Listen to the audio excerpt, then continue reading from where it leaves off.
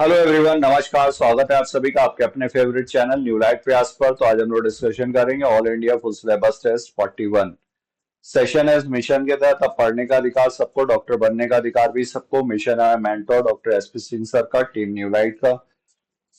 Question number 91 आपके सामने है। Select the correct match.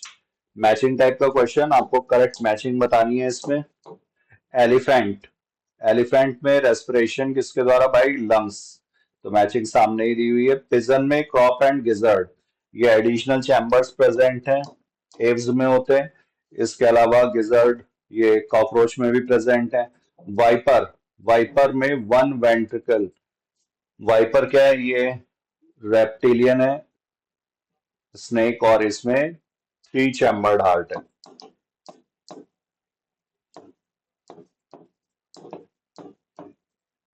दो ऑरिकल हैं और एक वेंट्रिकल।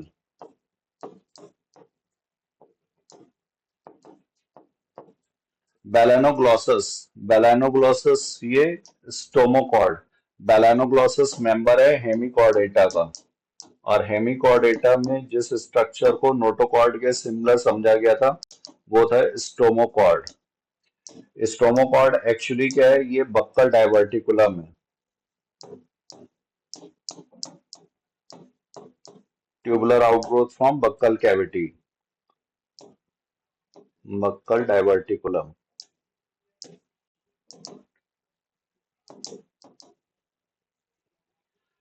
मैचिंग सामने ही दी हुई है। A is 1, B is 2, C is 3 and D is 4.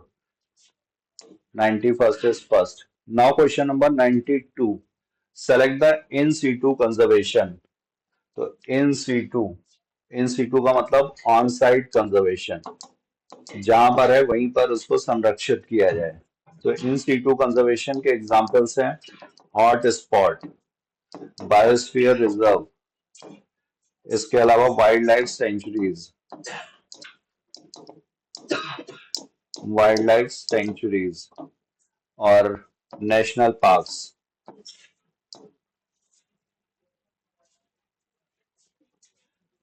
और sacred grooves.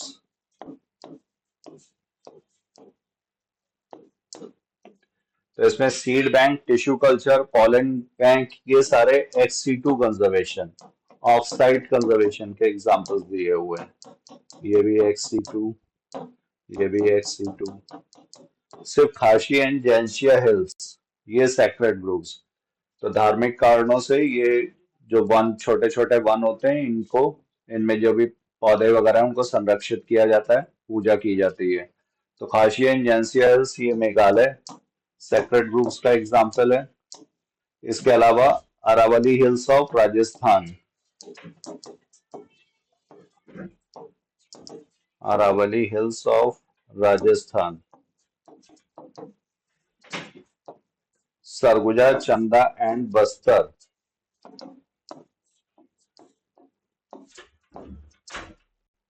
Bastar areas of MP, Madhya प्रदेश।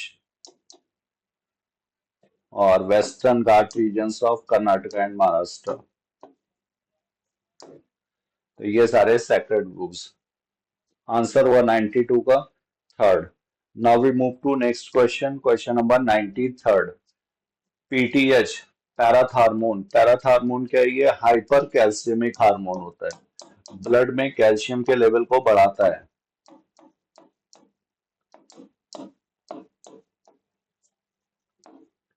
तो increases the calcium level in the blood. TCT, TCT thyrocalcitonin, parafollicular cells या सी सेल्स जो होती हैं थायराइड में, वो टीसीटी रिलीज करती हैं। तो टीसीटी ये हाइपोकैल्सिमिक, पीटीएच का एंटागोनिस्टिक है। तो ये डिक्रीज करेगा कैल्शियम लेवल को इन द ब्लड। ग्लूकेगॉन, ग्लूकेगॉन जिस तरह से ये एंटागोनिस्टिक का पेयर है, ग्लूकेगॉन और इंसुलिन ये भी एंटागोनिस्टिक। ग्लूकेगॉन जो होगा ये हाइपरग्लाइसेमिक, ब्लड में ग्लूकोज के लेवल को बढ़ाएगा। और इंसुलिन जो है वो हाइपोग्लाइसेमिक, ब्लड में ग्लूकोज के लेवल को कम करती है। तो ग्लूकेगॉन ये हो गया हमारा, अल्फा सेल से आएगा, पैंक्रियास से, और ये इंक्रीज करेगा ग्लूकोज लेवल को। और इंसुलिन जो होता है ये डिक्रीज करता है, ये बीटा सेल्स ऑफ पैंक्रियाज। तो ए का हो गया सेकंड, बी का फोर्थ, और C is third and D is first. 93 का करेक्ट आंसर है third. Now we move to next question, question number 94। In antirrhinum majus snapdragon या डॉग फ्लावर भी बोलते हैं इसको, the genotype for pink coloured flower will be. तो antirrhinum majus ये हो गया डॉग फ्लावर, और ये एग्जाम्पल है इनकम्प्लीट डोमिनेंस का।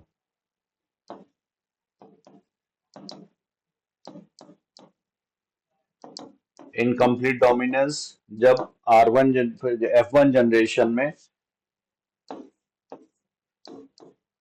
यहाँ पर in between the two parents trait आएगा।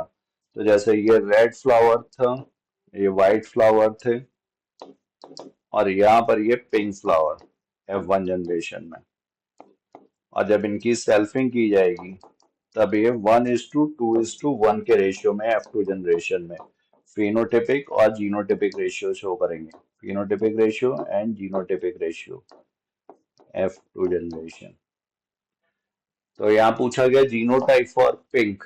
तो पिंक कब, जब कैपिटल आर और स्मॉल आर साथ में होंगे, और ये ना ही पूरी तरह से ये डोमिनेंट है और ना ये, तो ये हो गया in between the two parents pink colour. 94 is 4. Now question number 95. इसमें दिया हुआ है in the lateral branches originate from the basal and underground portion of the main stem, grow horizontally beneath the soil and then come out obliquely. तो ये stem के modifications में यहाँ पर ये स्टेम, यहाँ पर ये बेस ऑफ द स्टेम यहाँ से हॉरिजॉन्टली ग्रो करेगा, फिर ये ऑब्लिकली ग्रो करके ये बाहर की तरफ आता है, और यहाँ पर जब ये आएगा तो ये नया प्लांट तैयार करेगा। तो ये किसका एग्जाम्पल है, ये सकर, और इसके एग्जाम्पल्स हैं बनाना, pineapple and chrysanthemum.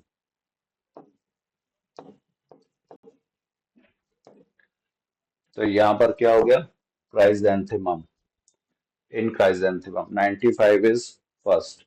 Now question number 96. Which of the following is not true for cilia? Cilia के लिए क्या सही नहीं है, they are hair like outgrowths of the cell wall. तो सीलिया जो होता है ये प्रोकैरियोटिक सेल में एब्सेंट है, ये यूकैरियोटिक सेल में प्रेजेंट होते हैं, और ये सेल मेम्ब्रेन जो है उसकी आउटग्रोथ होगी। तो they are hair like outgrowths of the cell wall, ये गलत हो गया। They cause the movement of either the cell और द सराउंडिंग फ्लूइड, ये सही है।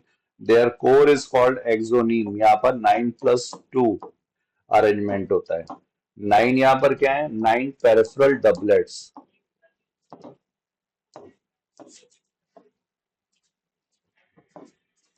और 2 यहाँ पर क्या है, ये सेंट्रल सिंगलेट्स। माइक्रोट्यूब्यूल के बने होते हैं ट्यूबुलिन प्रोटीन से।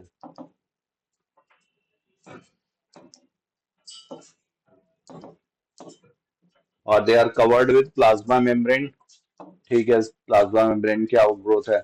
तो यहाँ पर करेक्ट कौन सा हुआ, 96 का first. Now we move to next question, question number 97. In ETS of mitochondria which is the complex third? तो कॉम्प्लेक्स थर्ड यहाँ पर होगा cytochrome B/C1 complex. Cytochrome C oxidase ये है कॉम्प्लेक्स 4। दो कॉपर सेंटर्स भी होंगे। एटीपी सिंथेज ये है कॉम्प्लेक्स 5, जो इलेक्ट्रॉन ट्रांसपोर्ट में पार्टिसिपेट नहीं करता है बट एटीपी सिंथेसिस में इन्वॉल्व होगा। सक्सिनेट डिहाइड्रोजिनेज ये हो गया कॉम्प्लेक्स 2, और कॉम्प्लेक्स 3 और कॉम्प्लेक्स 4 को जो कनेक्ट करता है वो है साइटोक्रोम C, ये है मोबाइल इलेक्ट्रॉन कैरियर।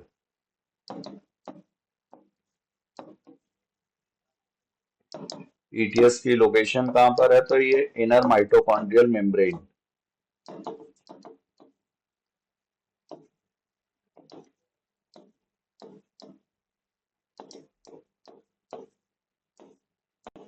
और ये मेटाबॉलिक ETS है क्या, तो ये मेटाबॉलिक पाथवे है in which high energy electrons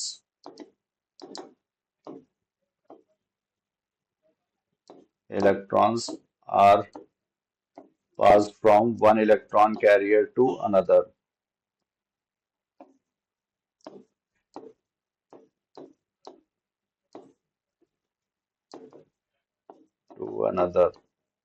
और ये फाइनली पहुंचता है ऑक्सीजन के पास, और ऑक्सीजन H को एक्सेप्ट करके कन्वर्ट कर देता है वाटर में। तो यहाँ पर ये करेक्ट आंसर हो गया फर्स्ट 97 का। Now we move to next question, question number 98। As per the salient observations drawn from a human genome project, the total number of genes is estimated at। तो human genome project ये mega project था, 13 years लगे थे 1990 to 2003 में। 2006 में chromosome number 1 जो last chromosome था उसका सीक्वेंसिंग हुआ था। Human genome project is associated with knowing the sequences of human genome। और इसमें जीन जो थे टोटल 30,000 और ओवर 50% जीन के फंक्शंस अभी अननोन है, और लेस देन 2% ऑफ जीनोम ये प्रोटीन्स के लिए कोड करता है। तो 98 का करेक्ट आंसर होगा third. Now question number 99। The sporophyte in bryophytes, sporophyte gametophyte, sporophyte spore producing, इसमें तीन पार्ट है, फुट, सीटा और कैप्सूल। कैप्सूल रीजन में यहाँ पर स्पोर मदर सेल्स होंगी, मियोसिस होगा, स्पोर्स प्रोड्यूस होते हैं। तो ये इस फ्री लिविंग नहीं है, ये डिपेंडेंट होता है गैमेटोफाइट पर। derives nourishment from the gametophyte is the unicellular structure is formed from a spore। तो गलत है, ये आंसर होगा यहाँ पे 99 का second. Now we move to next question, question number 100। Select the incorrect match for cockroach. Cockroach के respect में इनकरेक्ट। आइज में हेक्सागोनल स्ट्रक्चर होते हैं, ओमेटिडिया। मोजाइक विजन होगा, अपोजिशन इमेज होती है, और इनका नंबर है 2000 in each eye, compound eye. Maxillary palps ये सेंसरी स्ट्रक्चर है, माउथ पार्ट से एसोसिएटेड होते हैं। और स्क्लेराइड्स ये काइटिन के बने हुए हैं, सही है। Entire foregut is lined by cuticle, तो ये भी सही है। करेक्ट मैच, इनकरेक्ट मैच हुआ यहाँ पर 100 का second. Now we move to next question 100 first. Select the incorrect match, यहाँ पर आपको इनकरेक्ट मैच बताना है।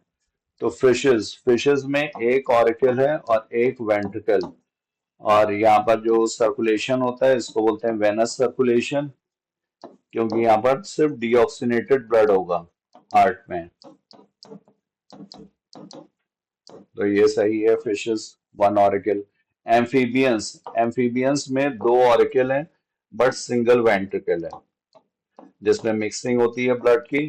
फिर यहाँ पर ट्रंकस आर्टेरियोसस, और ट्रंकस आर्टेरियोसस में फिर ये सेपरेशन होता है स्पाइरल वॉल्व के थ्रू। फिर क्रोकोडाइल में यहाँ पर 4 चैम्बर्ड हार्ट है, ये गलत दिया हुआ है, 2 ऑरिकल हैं और 2 वेंट्रिकल प्रेजेंट है। मैमल्स में 4 चैम्बर्ड हार्ट, तो 4 चैम्बर्ड हार्ट बर्ड्स में, मैमल्स में, और क्रोकोडिलिया का पूरा जो ग्रुप है, क्रोकोडाइल, एलिगेटर, गैवियलिस, इन सभी में 4 चैम्बर्ड। तो इनकरेक्ट मैच होगा 101 का third. Now we move to next question, question number 102. An abiotic agent of pollination. The most common agent of pollination is biotic, और biotic में भी most common है bee। यहाँ पूछा जा रहा है abiotic। abiotic में most common है wind, और इस water भी, तो सबसे कॉमन है wind और water भी abiotic। तो abiotic हो गया water। इसके लिए टर्म यूज किया जाता है अनीमोफिली, पॉलिनेशन बाय विंड। वाटर के लिए हाइड्रोफिली, और इंसेक्ट्स के द्वारा जो होगा उसके लिए एंटोमोफिली।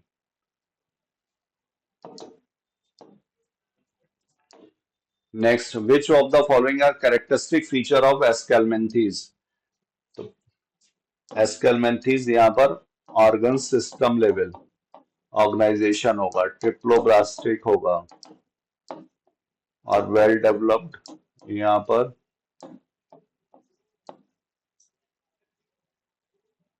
Elementary canal. तो have they have a dorso ventrally flattened body, ये इसमें नहीं है, ये यहाँ पर बॉडी कैसी है, राउंड सर्कुलर आउटग्रोथ, सर्कुलर दिखती है आउटलाइन में, और ये फ्लैटेंड बॉडी किसमें, प्लेटियल मेंटीज में, इसीलिए ये कहलाते हैं flat worms. They have organ level of body organisation, organ level नहीं, यहाँ पर कैसा है, organ system. Alimentary canal is complete with a well developed muscular pharynx, ये सही है।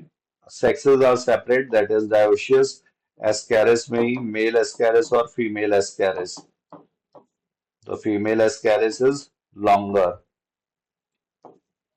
मेल एस्कैरिस में posterior end curved.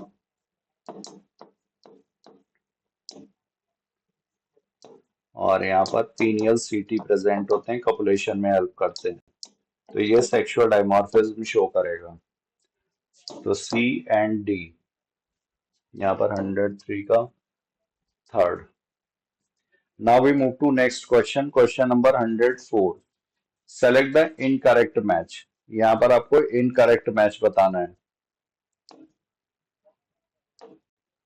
Select the incorrect, catla bony skeleton, तो कैटला क्या है, ये ऑस्ट्रिक्थीज का मेंबर है।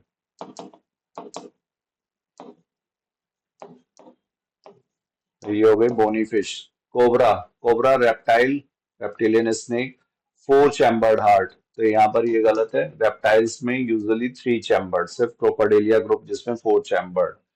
फ्रॉग, फ्रॉग में क्लोएका प्रेजेंट है, ये कॉमन चैम्बर होगा जिसमें urine, genital fluid plus alimentary canal से जो अनडाइजेस्टेड फूड है।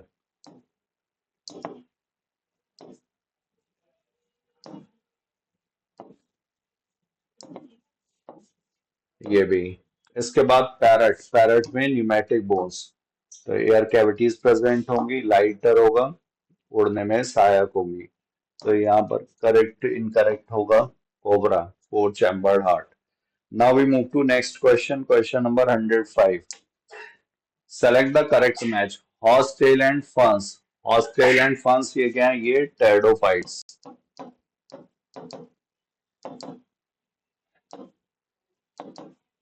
वैस्कुलर टिश्यू, एडिएंटम, एडिएंटम क्या है, ये वॉकिंग फर्न बोलते हैं इसको कॉमनली, और ये भी टेरिडोफाइट्स,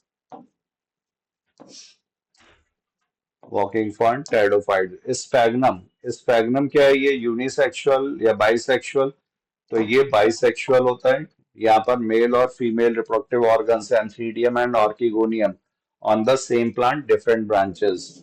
क्लोरोफाइसी, क्लोरोफाइसी में 2 अनइक्वल लेटरल फ्लैजिला, अनइक्वल नहीं इक्वल है, और ये लेटरल नहीं अपाइकल है, 2 इक्वल अपाइकल पोजीशन पर होते हैं, तो ये गलत और ये गलत।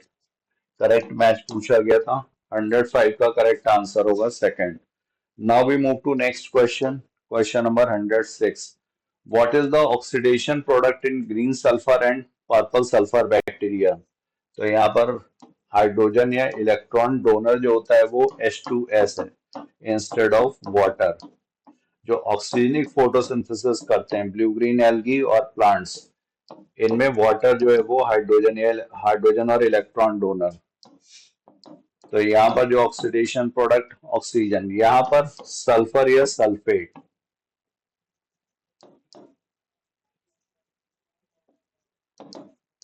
तो सल्फर और सल्फेट बोथ, आंसर होगा fourth, 106। Now we move to next question, question number 107। Select the correct match, तो यहाँ पर mango tree, placed at more than one trophic level. तो मैंगो ट्री क्या है, ये प्रोड्यूसर्स हैं, और प्रोड्यूसर जो है वो जीएफसी में फर्स्ट ट्रॉफिक लेवल पर होते हैं। तो ये first trophic level more than, placed at more than one, ये यहाँ पर गलत हो गया।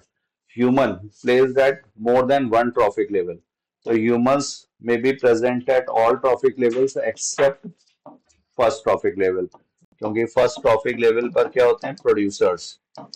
इसके अलावा ये कहीं भी हो सकते हैं, सेकंड पर भी हो सकते हैं, थर्ड पर भी हो सकते हैं, और फोर्थ पर भी हो सकते हैं। फिश, फिश क्या है, ये placed at only third trophic level, ये भी गलत है। फिश भी एक से ज्यादा ट्रॉफिक लेवल्स पर हो सकती है, small fish, large fish. Sparrow, sparrow placed at only second trophic level, तो ये हार्बीवोर्स भी हो सकते हैं अगर सीड खा रही हो, लेकिन ये थर्ड ट्रॉफिक लेवल पर भी हो सकती है अगर ये इंसेक्ट को कंज्यूम करेगी तो, क्योंकि ये सीड भी खा सकती है, इंसेक्ट ईटिंग भी हो सकती है। तो जब इंसेक्ट को खाएगी तो ये होगी थर्ड ट्रॉफिक लेवल पे। तो ओनली सेकंड ट्रॉफिक लेवल, ये भी यहाँ पर गलत है। ये गलत है, ये गलत है, ये गलत है। Only B is correct.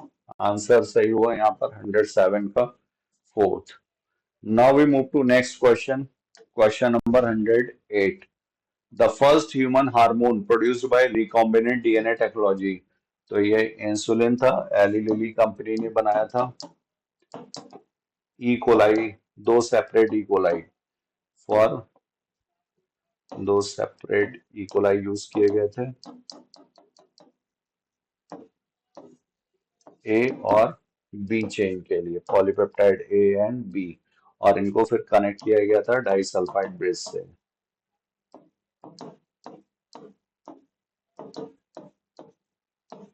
तो ये 108 का करेक्ट आंसर होगा first. Now we move to next question 109। In genetic engineering, a DNA segment of interest is transferred to the host cell through a vector. Consider the following four agents in this regard and select the correct option about which one or more of these can be used as a vector. तो vector का के form में plasmid, plasmid कैसा होता है, double stranded है, DNA autonomously replicating है, और इसके अलावा ये सर्कुलर होता है। तो चूंकि ये ऑटोनॉमसली रेप्लिकेटिंग है, इसलिए इसको यूज किया जा सकता है वेक्टर के फॉर्म में। इसमें जीन लाइगेट करते हैं, फिर इसको यूज करते हैं। बैक्टीरियोफेज, बैक्टीरियोफेज वायरस हुए जो बैक्टीरिया पर अटैक करते हैं, और ये भी उसकी मशीनरी को कंट्रोल करके अपनी कॉपीज बना सकते हैं। तो ये दोनों का ही यूज वेक्टर के तौर पर होता है। Second and fourth 109। Now we move to next question, question number 110. Select the correct statement. Barbiturates are not used as a medicine. Correct statement बताना है। ये इनफैक्ट यूज होते हैं मेडिसिन के तौर पे, ये डिप्रेसेंट्स हैं, डिप्रेशन कॉज करते हैं। Morphine is often given to persons who have undergone surgery as a pain killer, तो ये मॉर्फिन जो होता है ये सेडेटिव है, पेन किलर है, एनाल्जेसिक प्रॉपर्टी, पेन किलर मतलब एनाल्जेसिक, ये सही है। Chewing tobacco lowers blood pressure, ये लोअर नहीं करेगा, ये इनफैक्ट इसको बढ़ा देता है, हार्ट रेट बढ़ेगा, ब्लड प्रेशर भी बढ़ जाता है, सिंपैथेटिक एक्शन होगा। Cocaine is given to patients after surgery, तो कोकेन नहीं, यहाँ पे मॉर्फिन का यूज किया जाता है। तो ये करेक्ट आंसर हुआ 110 का second. Now we move to next question, question number 111। Which one of the following technique is safest for the detection of cancer? तो MRI, radiography, computed tomography and histopathological studies. Histopathological ये invasive procedure है, tissue वहां से remove किया जाएगा, cut किया जाएगा।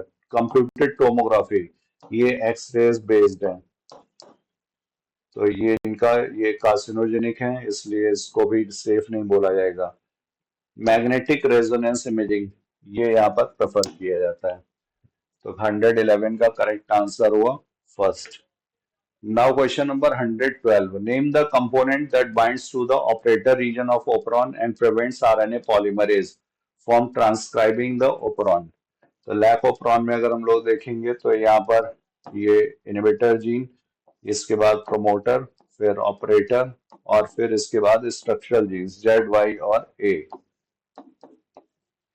यहाँ पर जब ये इनहिबिटर ये रिप्रेसर प्रोटीन रिप्रेसर एमआरएनए बनाएगा, फिर ये रिप्रेसर प्रोटीन बनेगी। ये रिप्रेसर प्रोटीन जाकर के बाइंड करती है ऑपरेटर से, जिसकी वजह से आरएनए पॉलीमरेज जो होगा वो प्रोमोटर पे नहीं आ पाएगा, और उसके बाद वजह से यहाँ पर ये ट्रांसक्रिप्शन भी फिर नहीं होगा, सिंगल एमआरएनए बनेगा, और उसके बाद फिर ये प्रोटीन्स। तो यहाँ पर करेक्ट आंसर हुआ repressor protein 112. Now we move to next question, question number 113. Which kind of therapy was given in 1990 to a 4-year-old girl with adenosine deaminase deficiency? तो एडीए डेफिशिएंसी ये मेनली अफेक्ट करेगी lymphocytes को।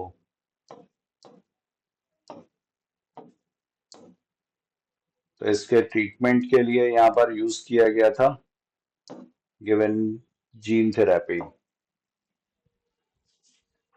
इसके अलावा और कौन कौन सी थेरेपी है, तो इसमें बोन मैरो ट्रांसप्लांटेशन यूज कर सकते हैं, एंजाइम रिप्लेसमेंट थेरेपी यूज कर सकते हैं, जीन थेरेपी यूज कर सकते हैं। जीन थेरेपी लेकिन अगर अर्ली स्टेज में किया जाएगा तो फिर ये परमानेंट क्योर है, क्योंकि जो लिम्फोसाइट्स है ये मॉर्टल सेल्स हैं। अगर करेक्ट जीन पहुंचा भी दी जाएगी तो इनकी डेथ होगी, उसके साथ फिर से ये डेफिशिएंसी देखने को मिलेगी। 113 is first. Now question number 114. Which one of the following is commonly used in transfer of foreign DNA into crop plants? Transfer of foreign DNA into crop plants. तो foreign DNA पहुंचाने के लिए crop plants में use किया जाएगा agrobacterium tumefaciens का। इसमें यहाँ पर टीआई प्लाज्मिड ट्यूमर इंड्यूसिंग, और इसका पार्ट जो यूज करते हैं T-DNA transfer DNA. Now question number 115. Select the correct statement. A translation unit is the sequence of RNA. Transcription unit is the sequence of DNA. Release factor is required for termination of translation. तो यहाँ पर ये सारे ही सही दिए हुए हैं। Release factor, यहाँ पर रिलीज फैक्टर 1, 2, 3 प्रोकैरियोट्स में यूज होते हैं।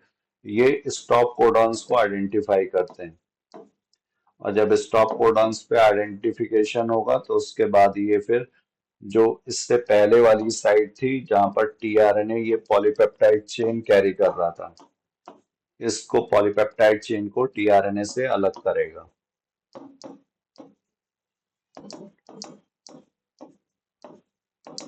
और ये टीआरएनए, और इसकी वजह से ये पॉलीपेप्टाइड चेन यहाँ से अलग हो जाती है, तो ये टर्मिनेशन ऑफ ट्रांसलेशन के लिए रिस्पॉन्सिबल है, सही है। Transcription unit is the sequence of DNA, इसमें प्रोमोटर, टर्मिनेटर और स्ट्रक्चरल जीन्स ये डीएनए में प्रेजेंट है। और ट्रांसलेशन यूनिट यहाँ पर ये फ्लैंक होता है start and stop codon plus वो सीक्वेंसेस जिनके अकॉर्डिंग प्रोटीन बननी है। तो ये भी सही है।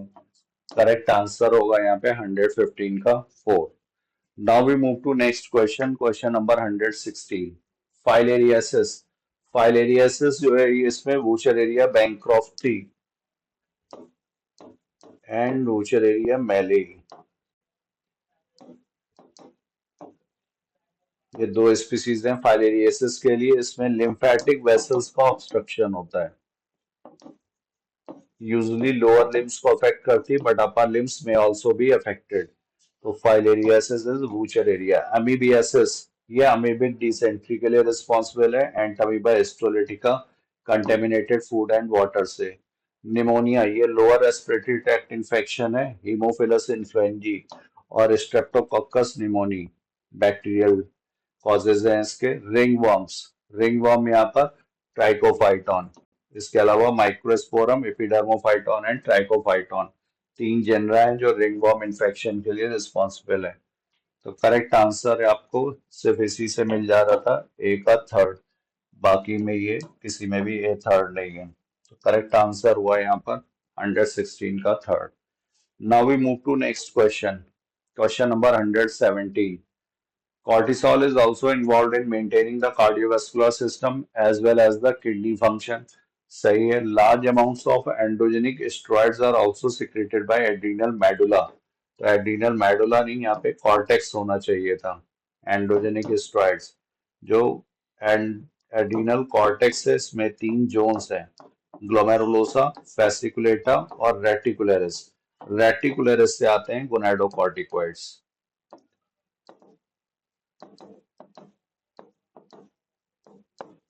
तो एड्रीनल मेडुला गलत है। एड्रीनल मेडुला से एपिनेफ्रिन और norepinephrine. Corticoids which are involve in carbohydrate metabolism are called glucocorticoids. यहाँ पर गोनाडोकॉर्टिकॉइड्स गलत दिया हुआ है, तो ग्लूकोकॉर्टिकॉइड्स। और body has one pair of adrenal glands, one at the anterior part of each gall bladder. One pair of adrenal gland. तो यहाँ पर one pair of adrenal glands, gall bladder गलत। एड्रीनल, रीनल मीन्स किडनी, तो gall bladder यहाँ पर गलत है। ये गलत, ये गलत, ये गलत, only A is correct. Answer correct पूछा गया है, तो थर्ड होगा यहाँ पे 117। Now we move to next question number 118। In the nomenclature of restriction endonuclease, what indicates the order in which the enzymes were isolated from that strain of bacteria? तो जैसे E को R1 या हिंडी 2, तो E यहाँ पर हो गया एशेरिशिया, C हो गया कोलाई, R यहाँ पर इसका स्ट्रेन RY13 और 1 यहाँ पर रोमन नंबर्स में रिप्रेजेंट किया जाता है। ये ऑर्डर ऑफ आइसोलेशन, जिस ऑर्डर में ये आइसोलेट किया गया, बाहर निकाले गए, सोलेशन। तो ये करेक्ट यहाँ पर होगा Roman number. 118 is first. Now we move to next question number 119. The process of separation and purification of express protein before marketing is called process of separation and purification.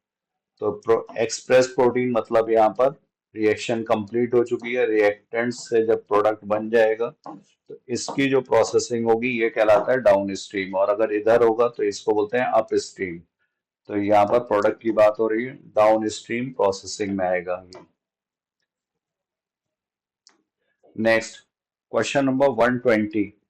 120 match the following enzymes with their functions. यहाँ पर matching बतानी है आपको। तो restriction endonuclease, endonuclease, nuclease मतलब nucleic acid को digest करेगा, endo का मतलब within the nucleic acid, अगर टर्मिनल होता तो exonuclease.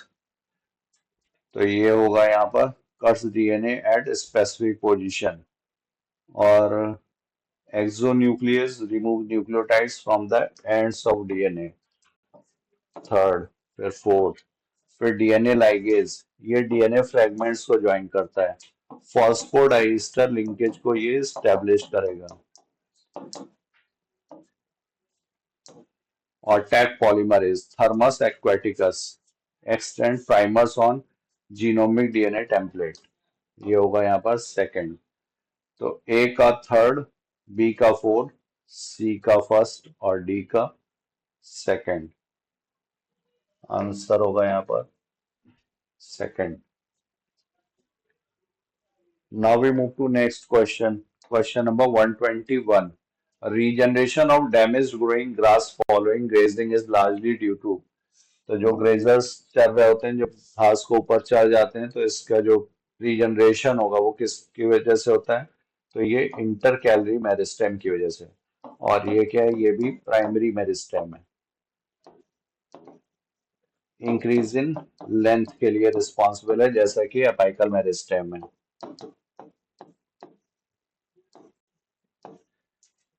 Secondary meristem, lateral meristem, ये गर्थ बढ़ाने का काम करते हैं।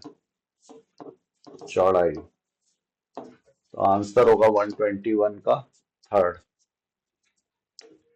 Next question 122, which of the following statements about methanogens is not correct? तो methanogens, methane generating, so they can be used to produce biogas। ठीक है, बायोगैस में मेन कंपोनेंट मीथेन है, 50 to 70% इज मीथेन। फिर नेक्स्ट है यहाँ पर CO2, 30 to 40%। इसके बाद यहाँ पर H2S, nitrogen, hydrogen, these are present in traces. तो ये है बायोगैस का कंपोजिशन। तो lumen of cattle and their excreta, ये भी सही है। दे ग्रो एनारोबिकली, एरोबिकली यहाँ पर गलत दिया हुआ है, anaerobically. They produce methane gas, ये सही है। तो करेक्ट आंसर होगा 122 का third. Now we move to next question, question number 123. Identify the correct statement regarding Kenny-osmotic hypothesis. So, Kenny osmosis, splitting of the water molecule takes place on the inner side of the membrane. Protons accumulate within the lumen of the thylakoids.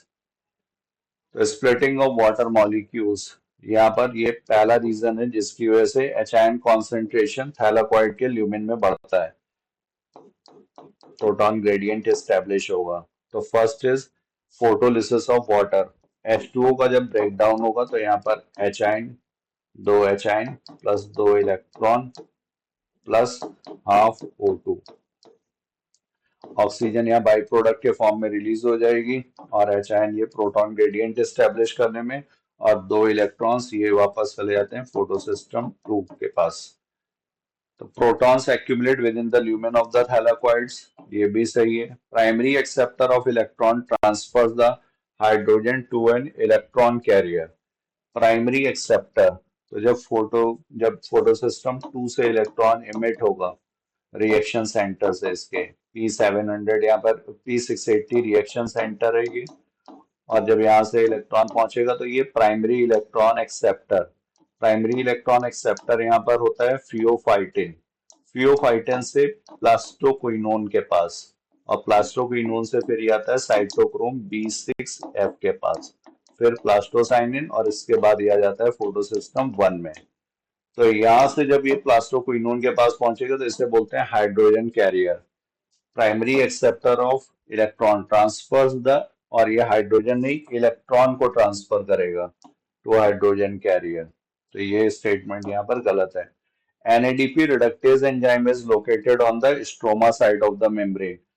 तो तीसरा reason यहाँ पर, एक दूसरा तो हो गया proton pump, और तीसरा रीजन है NADP रिडक्टेज।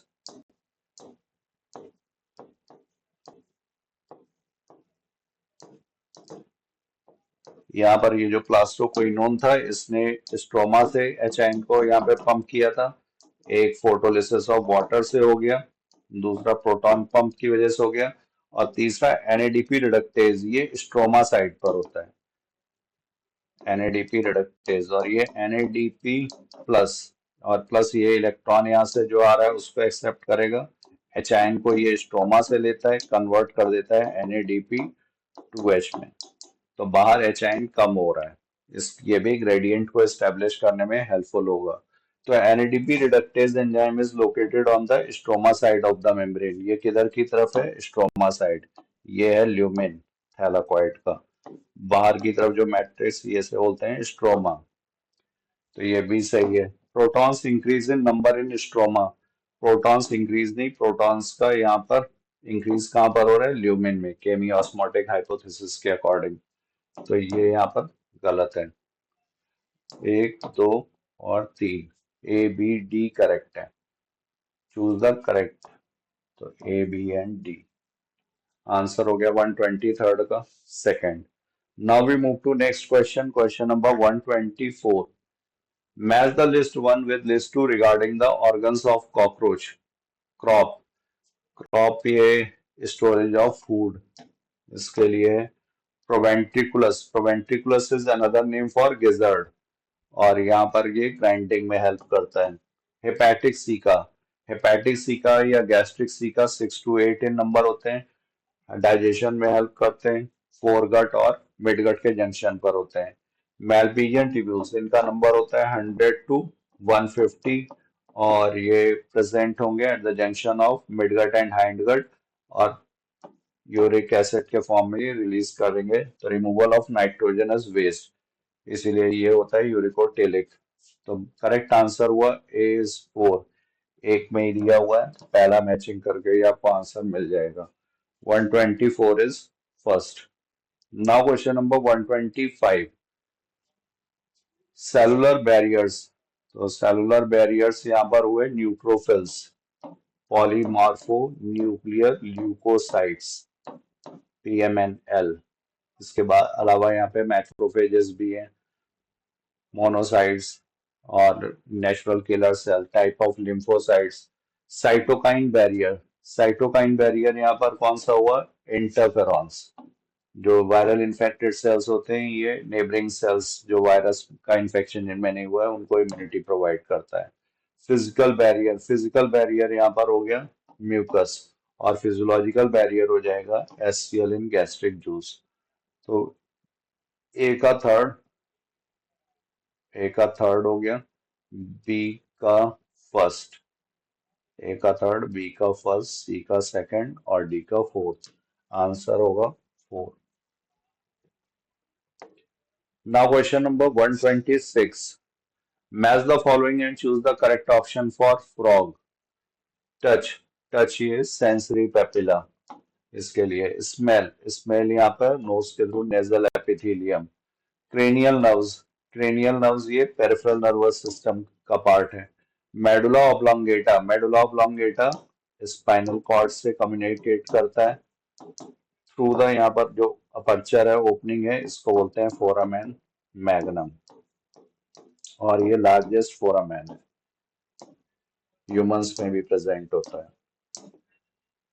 तो ए का हो गया थर्ड, बी का फर्स्ट, सी का फोर्थ और मेडुला ऑब्लोंगेटा का हो जाएगा second. 126 is 4. Now we move to next question 127. In prophase 1 of meiosis, chromosomes start pairing together and synapsis takes place.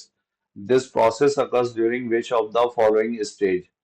तो पेयरिंग ऑफ होमोलोगस क्रोमोसोम्स, यहाँ पर सिनेप्टोनीमल complex का फॉर्मेशन होता है।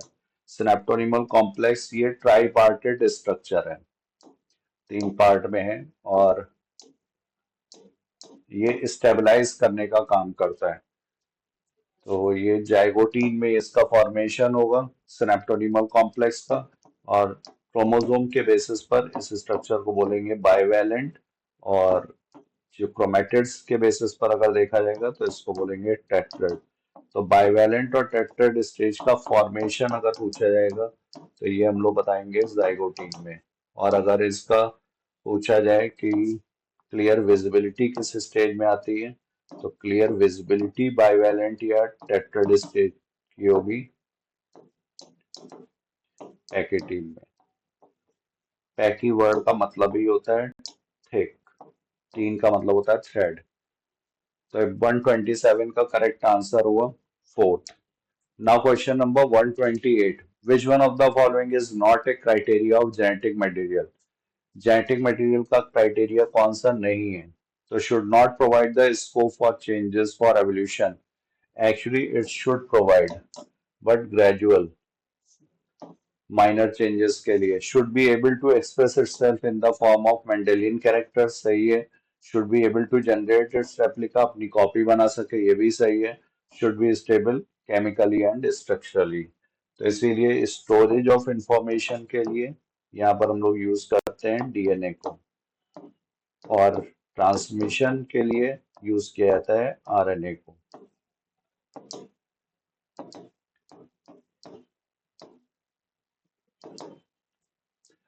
तो करेक्ट आंसर हुआ 128 का फर्स्ट।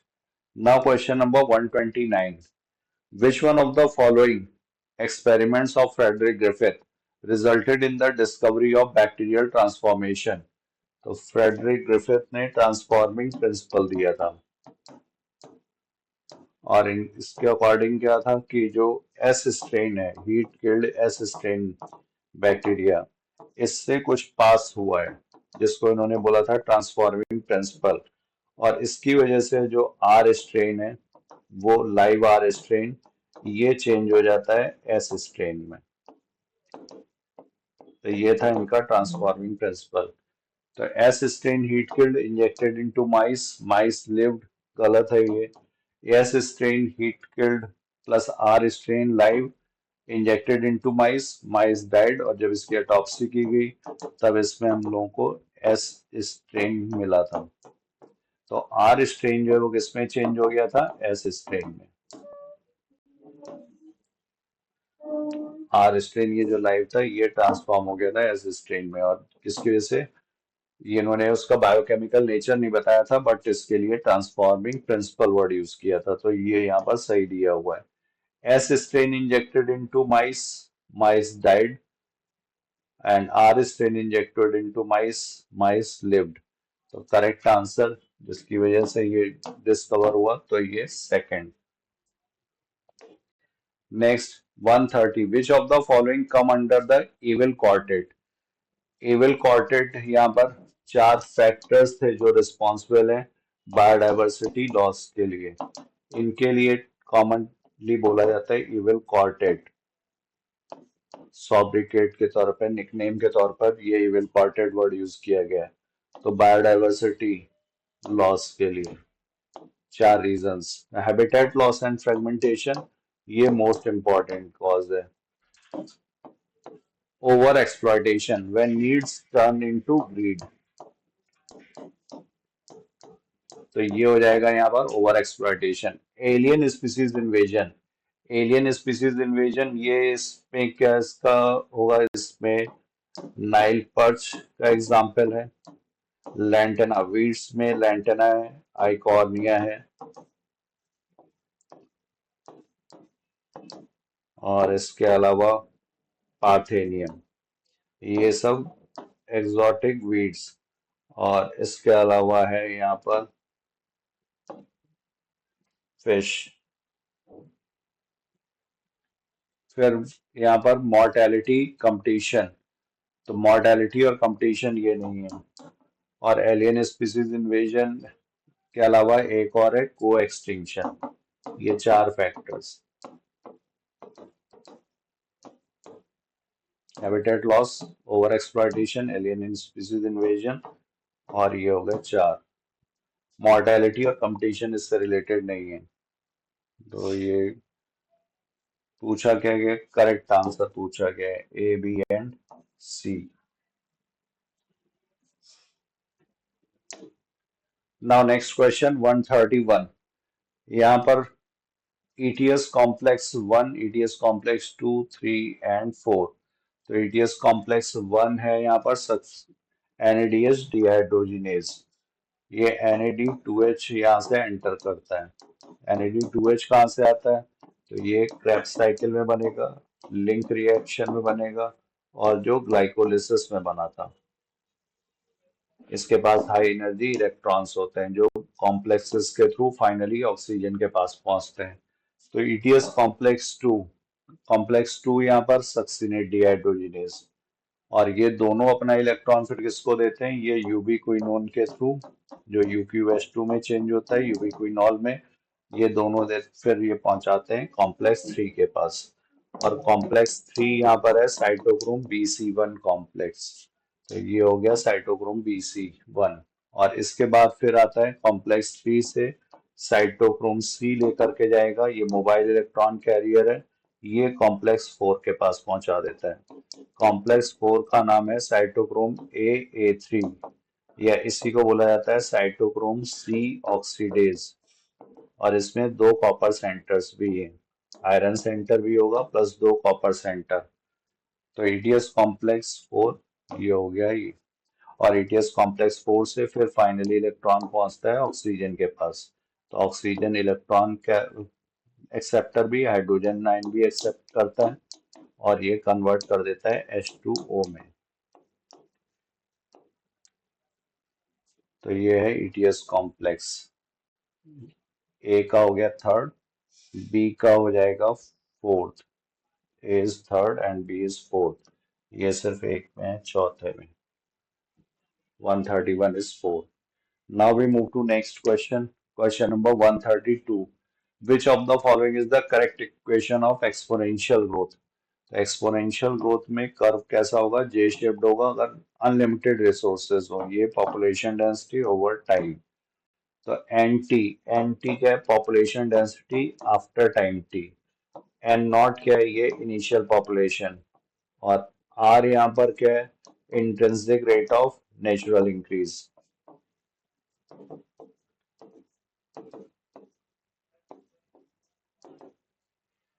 और इसके बाद यहाँ पर होगा टी टाइम। तो N T is equal to N naught E raise to power R T. E यहाँ पर हो गया base of natural logarithm.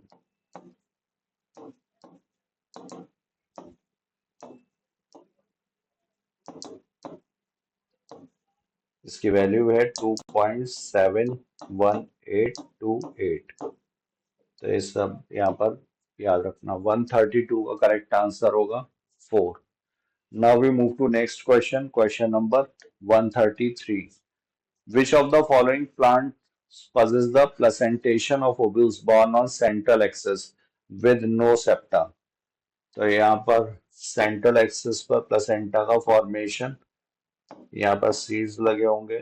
Placentation क्या है? Arrangement of ovules in the ovary, इसी को बोलते हैं प्लेसेंटेशन। तो अगर यहाँ पर ये सेप्टा प्रेजेंट होते तब ये हो जाता एक्साइल प्रेजेंटेशन। लेकिन यहाँ पर पूछा गया है when septa are absent, septations absent है। तो ये हो जाएगा हमारा फ्री सेंट्रल। जब ये सेप्टेशंस नहीं होंगे तो ये फ्री सेंट्रल। फ्री सेंट्रल किस में है? ये डायंथस और प्रिमरोज में। तो 133 का करेक्ट आंसर हुआ 4। And now we move to next question 134। 134 में what is the term used to describe the condition where the thyroid gland produces excessive amounts of hormones? तो एक्सेसिव हार्मोन्स ये किस में आएंगे? हाइपरथायराइडिज्म में। और ये किसकी वजह से है? ये ट्यूमर या नोड्यूल्स वजह से, कैंसर या नोड्यूल्स। तो इस कंडीशन को बोला जाएगा हाइपरथायराइडिज्म। क्रेटिनिज्म जो है ये हाइपोथायराइडिज्म है। मिक्सिडीमा भी हाइपोथायराइडिज्म और ये हाइपोथायराइडिज्म भी है ये। तो 134 is third. Now we move to next question, question number 135। Given below are two statements, statement 1 and statement 2. The biogas plant consists of a concrete tank that is 10 to 15 feet deep. The biogas plant has an outlet which is connected to a pipe to study biogas to supply a biogas to nearby houses. तो ये भी सही है, ये भी सही है। और इसको स्टैब्लिश करने में हेल्प की थी Indian agricultural research institute and Khadi and village industries commission. ये दो नाम भी इंपॉर्टेंट है। तो यहाँ पर both are correct. Answer will be third. So thank you all of you. I have covered my portion. Now further discussion will be carried by my fellow partner Vikram sir. Thank you so much. Hello बच्चों, new light के YouTube channel पर आप सभी का स्वागत है प्यारे बच्चों। और मैं विक्रम चक्रवर्ती आज आपके समक्ष लेकर के हाजिर हुआ हूँ यूट्यूब पर पेपर डिस्कशन का सेशन। और आज हम लोग का पेपर है all India full syllabus test का। ये 41 टेस्ट था जो कि आज केवल ऑनलाइन मोड में टेस्ट हुआ था। ये टेस्ट इसलिए कराया गया ताकि आप घर बैठ करके थोड़ा सा प्रैक्टिस कर सकें, अपनी तैयारी को रिदम मेंटेन रख सकें। तो प्यारे बच्चों 91 to 135 डॉक्टर शैलेंद्र सर ने किया है और अब मैं 136 से 180 तक की जर्नी आपके साथ करने वाला हूँ। आइए देखते हैं सबसे पहले क्वेश्चन नंबर 136। ठीक, तो प्यारे बच्चों identify the fungi which do not belong to the group of other fungi among the following. कुछ नहीं सर, आपको ये बात मालूम है कि अदर फंजाई ऐसे क्वेश्चन में करना ये होता है, ऐसे क्वेश्चन में करना ये होता है बच्चों कि आपको देखना होता है कि चार में कौन सी चीज़ें तीन एक साथ जा रही हैं और कौन एक अलग जा रहा है। कुछ नहीं सर, सैक फंजाई की अगर हम बात करें तो ये बेसिडियोमाइसिटीज का मेंबर है, मतलब ये एस्कोमाइस्टीज का मेंबर है सैक फंजाई, एस्कोमाइस्टीज। बाकी के ये तीनों बेसिडियोमाइसिटीज के मेंबर हैं। याद रखिएगा। ठीक, तो मैं ये कह रहा हूँ कि अदर अलग में क्या हो जाएगा, सैक फंजाई, पहला आंसर। तो इस क्वेश्चन में आपको सीखना ये था, क्या ये बात आप जानते हैं कि sir puff ball, mushroom, bracket fungi ये तीनों बेसिडियोमाइसीज के मेंबर हैं, जबकि सैक फंजाई जो होता है वो एस्कोमाइसीज के मेंबर, इसके में क्लेविसेफ, न्यूरोस्पोरा, ठीक है, और इसके अलावा एस्परजिलस ये आते हैं एस्कोमाइसीज में। और यहाँ पे आप देख सकते हैं मशरूम को वेगरिकस के नाम से आते हैं, पक्सीनिया है, अस्टिलैगो स्मट फंजाई है, ठीक है, और ये पफ बॉल और ब्रैकेट फंजाई, फर्स्ट आंसर। अब देखिए, which of the following is not a character of collenchyma tissue. आपको बताया गया था कि अगर हम टिश्यू की बात करें तो मेस्टमेटिक और परमानेंट दो प्रकार के फंडामेंटली टिश्यू होते थे, और जब हम परमानेंट की बात करते हैं तो बच्चों उसमें पहला नाम आता है सिंपल परमानेंट और दूसरा नाम आता है कॉम्प्लेक्स परमानेंट। याद रखिएगा, क्या नाम है, कॉम्प्लेक्स परमानेंट। दो नाम हमें समझ में आते हैं सर, ये कॉम्प्लेक्स परमानेंट या सिंपल परमानेंट। तो अब सिंपल परमानेंट की अगर हम बात करें तो पहला नाम आ गया कोलिनकाइमा, ठीक, दूसरा नाम आ गया पैरेन्काइमा, तीसरा नाम आ गया सर स्क्लेरेन्काइमा। ये नाम आते हैं, ये दोनों आपके लिविंग होते हैं, ये नॉन लिविंग होता है, याद रखिएगा। पहली बात, ये क्लोरोफिलस होता है, ये फोटोसिंथेसिस स्टोरेज से काम करता है, ये मैकेनिकल स्ट्रेंथ प्रोवाइड करता है, याद रखिएगा। ठीक, ये मैकेनिकल स्ट्रेंथ प्रोवाइड करता है ग्रोइंग पार्ट को, इसको बोलते हैं लिविंग मैकेनिकल टिश्यू, और स्किन काइमा को बोलते हैं नॉन लिविंग मैकेनिकल टिश्यू। इतनी बात हमें समझ में आती है सर। और दूसरी बात, इनके कॉर्नर पे जो सेलवार होता है, सेलुलोज, हेवी सेलुलोज, पेक्टिन के डिपोजिशन की वजह से इनके कॉर्नर जो होते हैं थोड़े थिकनेस बढ़ जाती है। क्या बढ़ जाती है सर, ये थिकनेस बढ़ जाती है, ऐसा आपकी किताब कहती है। तो लिखा कि they provide mechanical support to the growing part of plant, ठीक है। They occur in layer below epidermis dicot. और देखिए डाइकॉट में बच्चों आप लोगों ने पढ़ा था कि एक लेयर एपिडर्मिस के नीचे डाइट कॉर्टेक्स ना हो करके, आपका एपिडर्मिस के नीचे कॉर्टेक्स ना हो करके ये डिफ्रेंशिएट होता है, कॉर्टेक्स हाइपोडर्मिस, ठीक, कॉर्टिकल लेयर और एंडोडर्मिस, इनमें डिफ्रेंशिएट होता है ये हाइपोडर्मिस कोलेन काइमेटस में बना होता है। तो ये ठीक है। अगर मोनोकाट होता तो उसका हाइपोडर्मिस स्किन काइमा का बना होता। They consist of cells with thick corner deposition, सेलो, ठीक है। और ये यूजली डेड नहीं होते सर, ये लिविंग होते हैं। फोर्थ आंसर मैंने नहीं बताया, living mechanical tissue collenchyma, non living mechanical to sclerenchyma, याद रखिएगा। तो क्या आंसर आ गया, फोर्थ। अब देखिए we the following is correct statement. इस क्वेश्चन को समझिए। एक होता है एक्टिन, जिसे आप जनरली तो पढ़ तो लेते हैं बच्चों कि ये थिन फिलामेंट है, लेकिन ऐसा नहीं है। थिन फिलामेंट जो पूरा बनता है वो एक्टिन, और रेगुलेटरी प्रोटीन जो होती है बच्चों ये ट्रोपोमायोसिन होती है, ट्रोपोमायोसिन और ट्रोपोनिन, ठीक। ये तीनों मिल करके आपके थिन फिलामेंट बनते हैं और थिन फिलामेंट में पाए जाते हैं।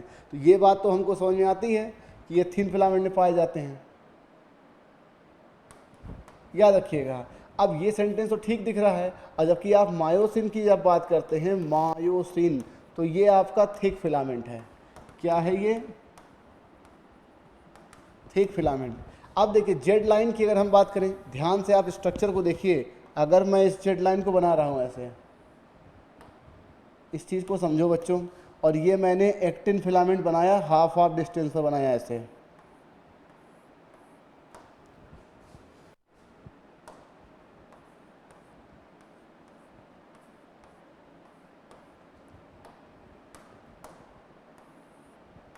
और ये मैंने मायोसिन बना दिया, ठीक।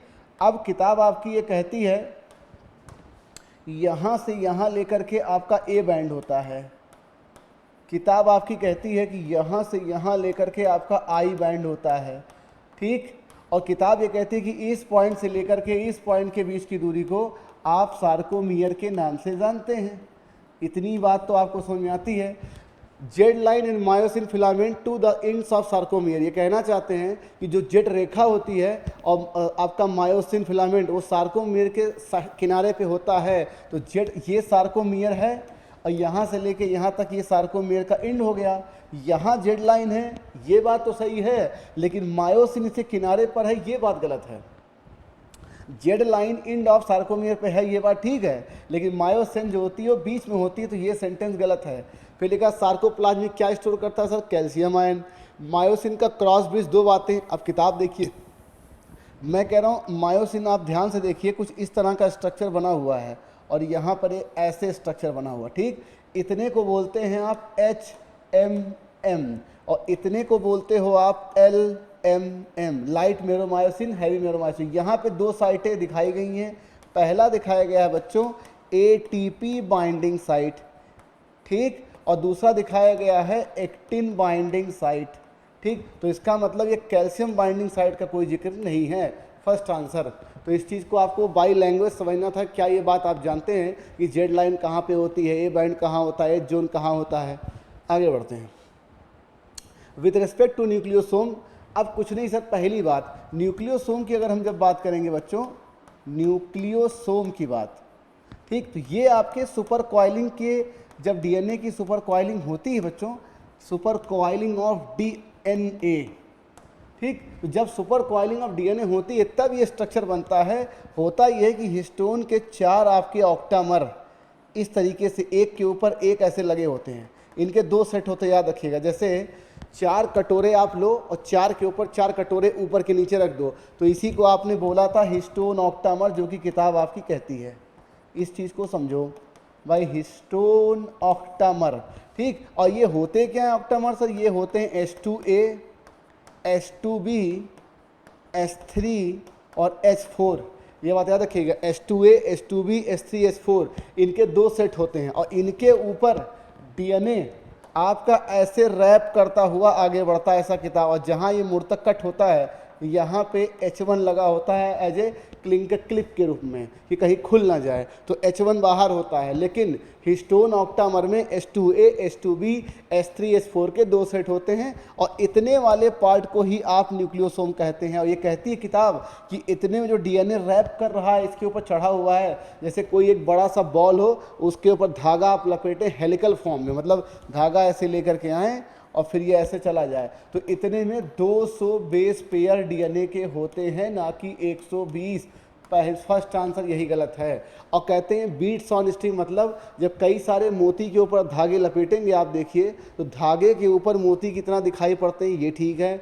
और DNA wrapped around positively charge, क्यों? डीएनए निगेटिवली चार्ज है, हिस्टोन पॉजिटिवली चार्ज है, उसके चारों तरफ जाता है। और न्यूक्लियोसोम जब बार बार रिपीट करता है तो धागे के ऊपर मोती कितना बन के क्रोमेटिन बनता है, क्रोमेटिन से क्रोमेटिन फाइबर, उसके बाद कुछ नॉन हिस्टोन क्रोमोसोमल प्रोटीन आपस में एसोसिएट होते हैं इससे, तब आपका क्रोमोसोम बनता है, याद रखिएगा। तो ये भी सेंटेंस ठीक है, फर्स्ट सही है, पहला ही गलत है।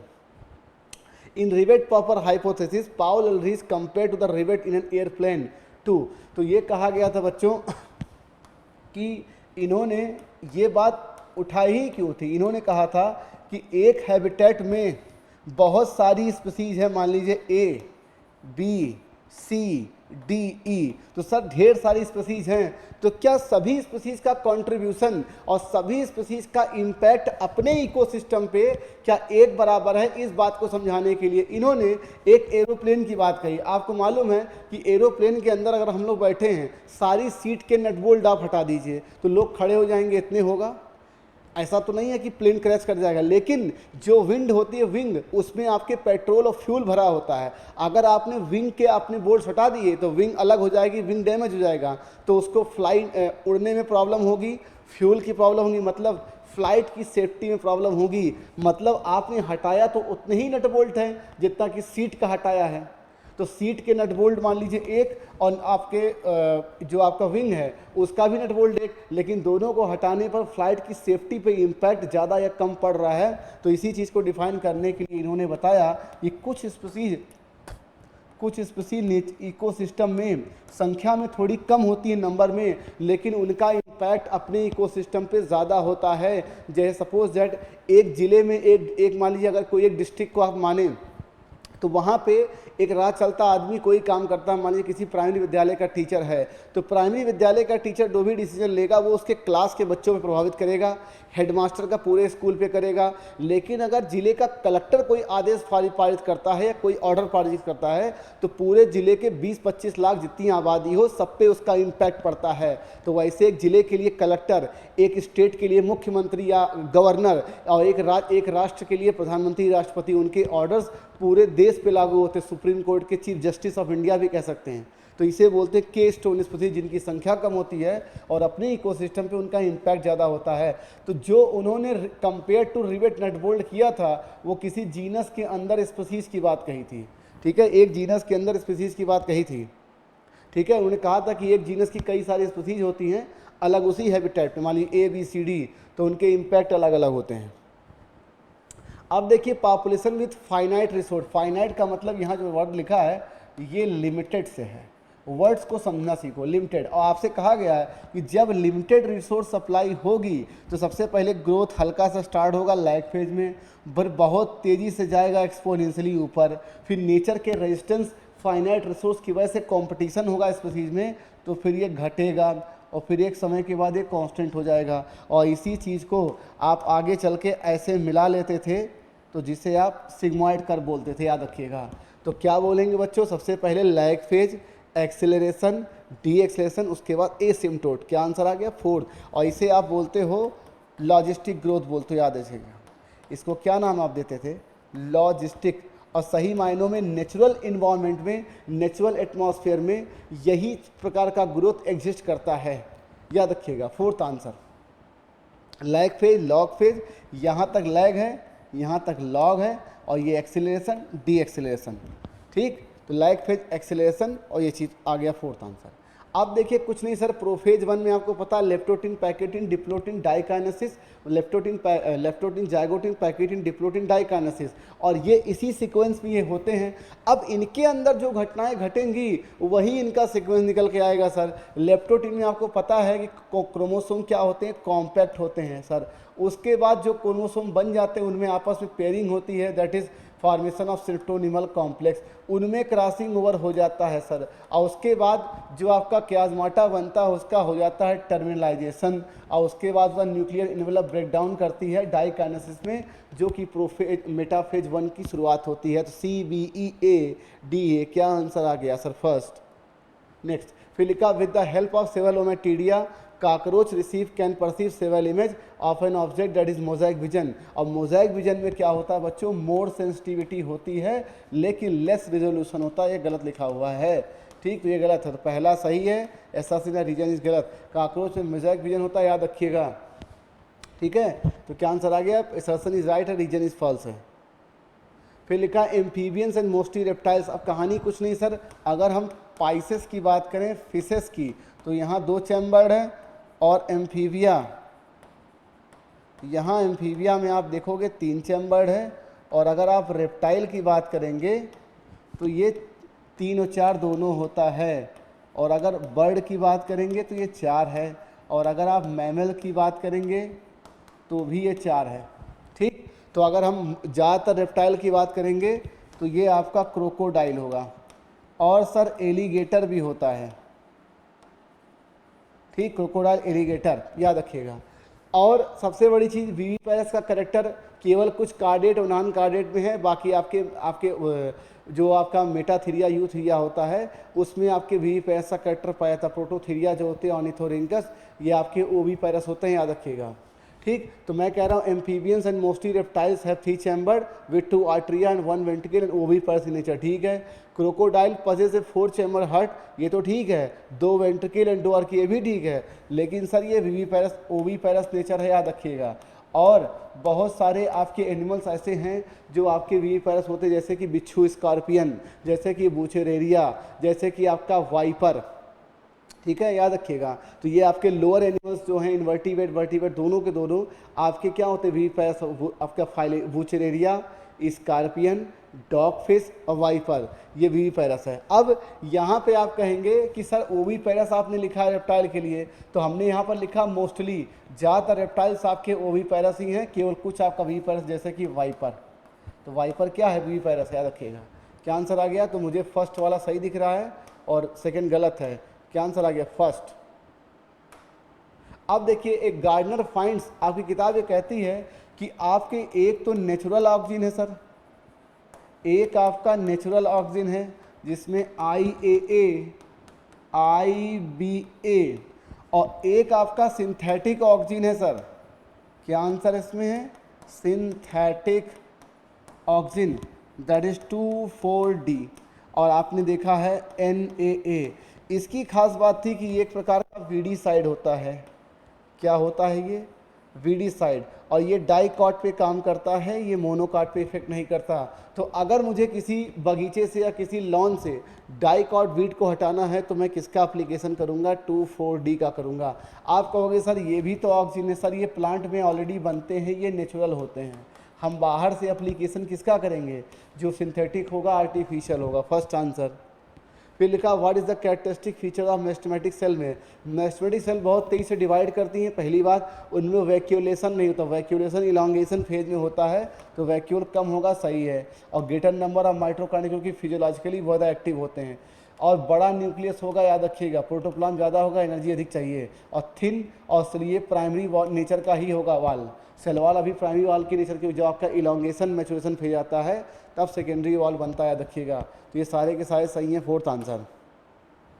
लिखा कंपेयर टू CO2। इस क्वेश्चन को समझिए, आपको पता है एक केस तो आपके किताब में एल्वियोलाई का दिया है और एक केस आपकी किताब में टिश्यू का दिया है। अगर मैं CO2 कंपेयर करूँ तो एल्वियोलाई में 40 और यहाँ 45, मतलब टिश्यू से एल्वियोलाई और टिश्यू में जो डिफरेंस है केवल 5 का डिफरेंस है, और ये डिफ्यूजन रेट चल रहा है। और अगर मैं आपका ऑक्सीजन की बात करूं तो एल्वियोलाई में कितना प्रेशर है बच्चों?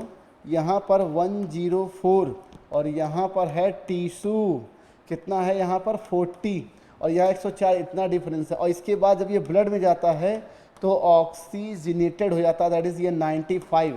फिर भी आप देखिए कि 55 का डिफरेंस है डिफ्यूजन करने के लिए, वहाँ 5 का डिफरेंस है। तो क्या ये हम कह सकते हैं कि पर यूनिट पार्शियल डिफरेंस पर आपका डिफ्यूजन रेट CO2 के ज़्यादा है? और ऐसा क्यों है? क्योंकि CO2 की सॉल्युबिलिटी ब्लड में 20 से 25 गुना ज़्यादा होती है।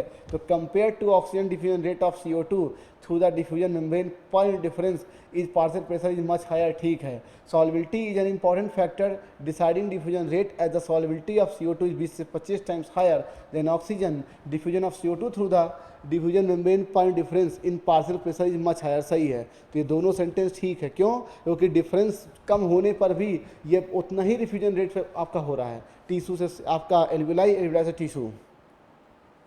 फिर लिखा इनकरेक्ट ऑप्शन फॉर पॉपुलेशन। कुछ नहीं सर, आपको ये मालूम होना चाहिए कि अगर मैं एक हैबिटेट की बात करूं तो एक स्पीसीज ए है और एक स्पीसीज बी है, एक सी है, एक डी है। ये पॉपुलेशन नहीं है, ये मल्टीपल पॉपुलेशन है। अब अगर मैं कहूँ स्पीसीज ए की पॉपुलेशन, स्पीसीज बी की पॉपुलेशन, स्पीसीज सी की, ये पॉपुलेशन है। क्यों? पॉपुलेशन का मतलब एक दिए गए टाइम पीरियड पर, एक दिए गए हैबिटेट पर जितने नंबर ऑफ इंडिविजुअल किसी एक स्पीसीज के होते हैं उन्हें पॉपुलेशन कहा जाता है। ये आपकी एक कम्युनिटी है, कम्युनिटी। और आपको बताया गया था कि जो आप इंटरेक्शन पढ़ते हैं, एमेंसलिज्म, कॉमनसलिज्म, म्यूचुअलिज्म, पैरासाइटिज्म, प्रीडेशन, वो कम्युनिटी में वैलिड है, वो आपके पॉपुलेशन वैलिड नहीं है। क्यों? क्योंकि इंटरेक्शन करने के लिए प्लस प्लस या माइनस प्लस करने के लिए एटलीस्ट 2 स्पीसीज चाहिए, और 2 स्पीसीज आपको मिलेगी कम्युनिटी में। तो इसका मतलब अगर हम पॉपुलेशन के लिए गलत विकल्प की बात करें तो मल्टीपल स्पीसीज इंटरेक्शन ही होगा। और डाइवर्सिटी आपको दिख रही है कि यहाँ सिर्फ एक प्रकार की स्पीसीज है, यहाँ एक प्रकार की, यहाँ एक प्रकार की, और यहाँ मल्टीपल टाइप की स्पीसीज है, तो सर डाइवर्सिटी भी ज़्यादा है किसके? Biotic community. अब पॉपुलेशन में मल्टीपल स्पीसीज इंटरेक्शन ये गलत है, और competitive more bio less biodiversity ये भी गलत है। तो आपसे गलत पूछा गया ए ई। और सेक्स रेशियो का मतलब फीमेल अपॉन मेल, तो एक स्पीसीज के इंडिविजुअल में मेल फीमेल दोनों होते हैं। सर नेटलिटी का मतलब एक दिए गए टाइम पीरियड में पैदा हुए बर्थ रेट, एक दिए गए टाइम मरने वाले death rate, that is mortality.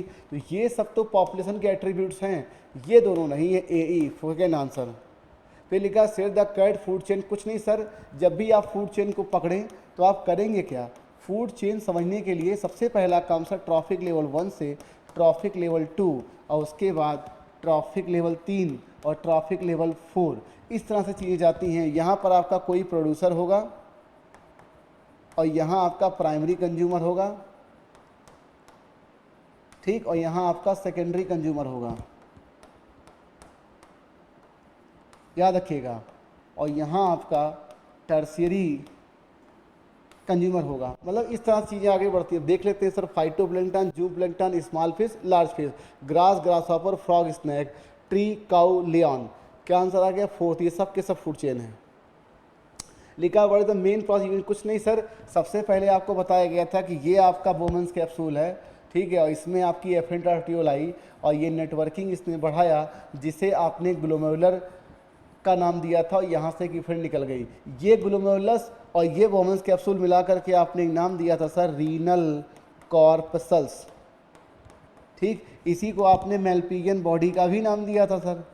ठीक, और मेल्पिगियन बॉडी भी आप इसको कह सकते हैं। कमाल की बात यह है कि यहाँ पर जगह जगह पर आपके स्लिट बने होते हैं। यहाँ एक सेल होती है पोडोसाइट जो स्लिट का निर्माण करती है, छिद्र पोर, और इसी से आपका ये फिल्ट्रेशन होता है। तो पहला स्टेप फिल्ट्रेशन होता है। फिल्ट्रेशन होने के बाद जो यूजफुल सब्सटेंस होते हैं वापस ब्लड कैपिलरी में रीअब्जॉर्ब हो जाते हैं, और जो एक्स्ट्रा वेस्ट मटेरियल हो जाता है उसको वापस भेज दिया जाता है नेफ्रॉन में, होता है सिक्रीशन। तो क्या ये सभी स्टेप्स हैं? बिल्कुल। फिर लिखा sugars are technically called carbohydrates which of the following not hexose. कहते हैं कि कम मिनिमम 3 कार्बन का शुगर पॉसिबल है, मिनिमम 3 कार्बन का शुगर पॉसिबल है, जिसे आप ग्लिसरल्डिहाइड के नाम से जानते हैं। ग्लिसरल्डिहाइड या आपका डाईहाइड्रोक्सी एसीटोन भी कह सकते हैं। इसका ये आपका वो है, क्या नाम है, आइसोमर है। ये आपके एल्डिहाइडिक ग्रुप का है, ये कीटोनिक ग्रुप का है। इसे बोलते हैं आप एल्डोट्राइयोज। ठीक, तो सर जितने कार्बन के होते हैं तो उतना ट्राई लगता है। अगर 3 कार्बन का होगा ट्राइयोज, 4 होगा टेट्रोज, 5 होगा पेंटोज, 6 होगा हेक्सोज। 5 कार्बन वाले का नाम आप जानते हैं जो कि न्यूक्लिक एसिड में पाया जाता है, राइबोज और डीऑक्सीराइबोज, जिसे आप पेंटोज बोलते हैं। और राइबोज एक प्रकार का एल्डोज शर्करा है। तो सर ग्लूकोज एल्डोज है, फ्रक्टोज कीटो हेक्सोज है और गैलेक्टोज एल्डो हेक्सोज है। तो ये 6 कार्बन के तो हैं सर, लेकिन ये आपका लैक्टोज जो है डाइसैकेराइड है। इसमें आपका गैलेक्टोज होता है मोनोमर के फॉर्म में, और सर ग्लूकोज होता है, याद रखिएगा। 2 चीज़ें होती है। ये आपका ये हेक्सो शर्करा नहीं, याद रखिएगा, थर्ड आंसर। तो हेक्सो शुगर का मतलब जिनमें 6 कार्बन हो, जैसे कि मैनोज भी 6 कार्बन का, याद रखिएगा। अब देखिए sir grey matter white matter, किताब ये कहती है कि जहाँ पर माइलिनेटेड माइलिन सीथ जहाँ ज़्यादा कंसनट्रेट होती है वहाँ वाइट अपीयरेंस आता है, जैसे कि एक्सॉन में। ठीक, तो वो वाइट मैटर बन जाता है। और जहाँ पर सेल बॉडी ज़्यादा कंसनट्रेट होती है और अनमाइल्ड एक्सॉन होता है वहाँ पे ग्रे मैटर। तो ग्रे मैटर गलत है, और यहाँ नॉट, यही गलत है, पहले ही गलत हो गया। इसका काम है responsible for processing of information, और इसका काम है facilitate communication between different brain regions. ठीक, present in brain spinal cord, ये भी सही है, और ये भी सराउंड द ग्रे मैटर। और देखिए ब्रेन स्पाइनल कॉर्ड में दोनों होते हैं, ये गलती मत करिएगा कि सर वाइट मैटर वहाँ नहीं होता, वहाँ नहीं होता। Surround the grey matter in the spinal cord. अब कमाल की बात देखिए, ब्रेन में आपका ग्रे मैटर जो होता है, ब्रेन में वाइट मैटर बाहर होता है, ग्रे मैटर अंदर होता है। और जबकि आपका देखिए क्वेश्चन देखिए लिखा कि white matter surround the grey matter, मतलब स्पाइनल कॉर्ड में बाहर जो है वो वाइट मैटर है। इस चीज़ को ये पूछा जाता है आपसे। ठीक, जो आपका स्पाइनल कॉर्ड है वाइट मैटर बाहर है और ग्रे मैटर अंदर है। और जबकि ब्रेन की बात करेंगे तो ग्रे मैटर बाहर होता है और वाइट मैटर अंदर होता है, याद रखिएगा। इस चीज़ को जस्ट रिवर्स है। तो यहाँ पे वाइट मैटर जो ग्रे मैटर को सराउंड करती है, तो वाइट मैटर बाहर ग्रे मैटर अंदर स्पाइनल कॉर्ड, और ग्रे मैटर बाहर वाइट, ये ब्रेन होता है। First answer. Angina acute chest pain due to failure of oxygen supply to heart muscles, बिल्कुल सही है।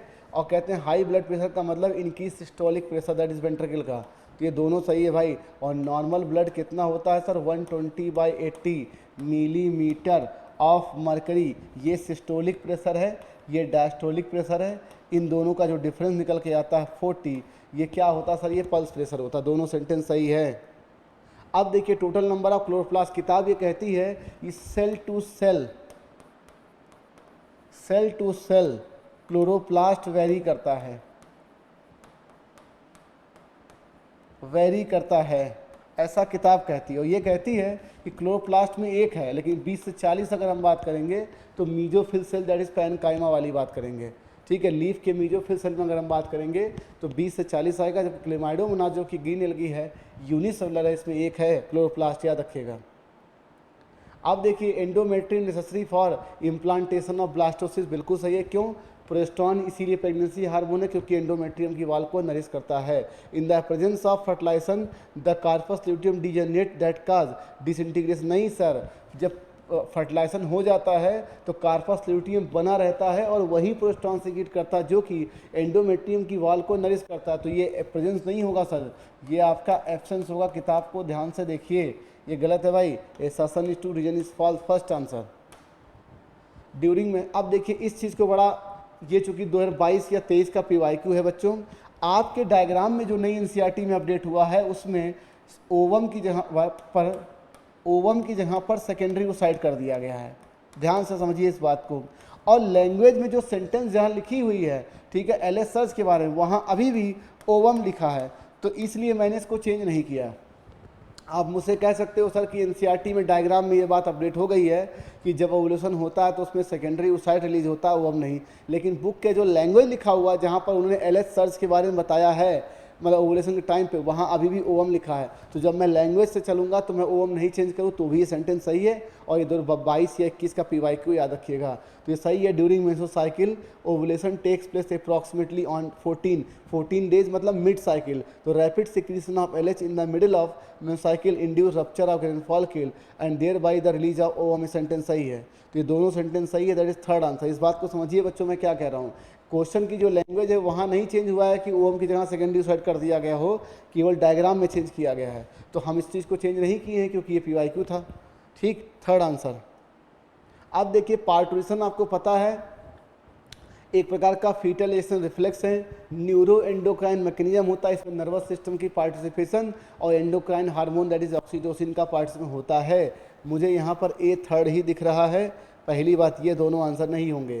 प्लेसेंटा SCG सिक्रीट करती है, HPL सिक्रीट करती है, प्रोस्टॉन एस्ट्रोजन रिलैक्सिन भी सिक्रीट करती है। एक प्रकार का ये एंडोक्राइन ग्लैंड की तरह काम करता है। B4 कोलेस्ट्रॉम की बात करें तो एक प्रकार का मदर्स मिल्क होता है और ये कई प्रकार की एंटीबॉडी जैसे कि IgA रखती है, याद रखिएगा C फर्स्ट। ठीक, और फिमरी की बात करें collection of ovum after ovulation. ठीक, तो ये आपके फाइलोपियन ट्यूब का पार्ट होता है, फर्स्ट आंसर। ठीक है, विच one of following factors will not affect the Hardy, कुछ नहीं सर, हार्डी विनवर इक्विलिब्रियम को डिस्टर्ब करने वाले आपका था सेलेक्टेड मैटिंग। पहली बात सेलेक्टेड मैटिंग, एक केस तो ये था। और 5 factor genetic drift, genetic migration, gene recombination, natural selection, ठीक, म्यूटेशन, याद रखिएगा इतनी चीज़ें थी। और कांस्टेंट जीन पूल तो इक्विलिब्रियम मेंटेन ही है। कांस्टेंट जीन पूल का मतलब p² बराबर 2pq, q² बराबर 1, समझ गए, थर्ड आंसर। तो अगर कांस्टेंट जीन पूल है तो हार्डी विनवर इक्विलिब्रियम मेंटेन है, पहली बात। तो सेलेक्टेड मैटिंग नहीं होनी चाहिए, mutation, natural selection, genetic recombination, gene migration और जीन फ्लो, जेनेटिक ड्रिफ्ट चीज़ें नहीं होनी चाहिए।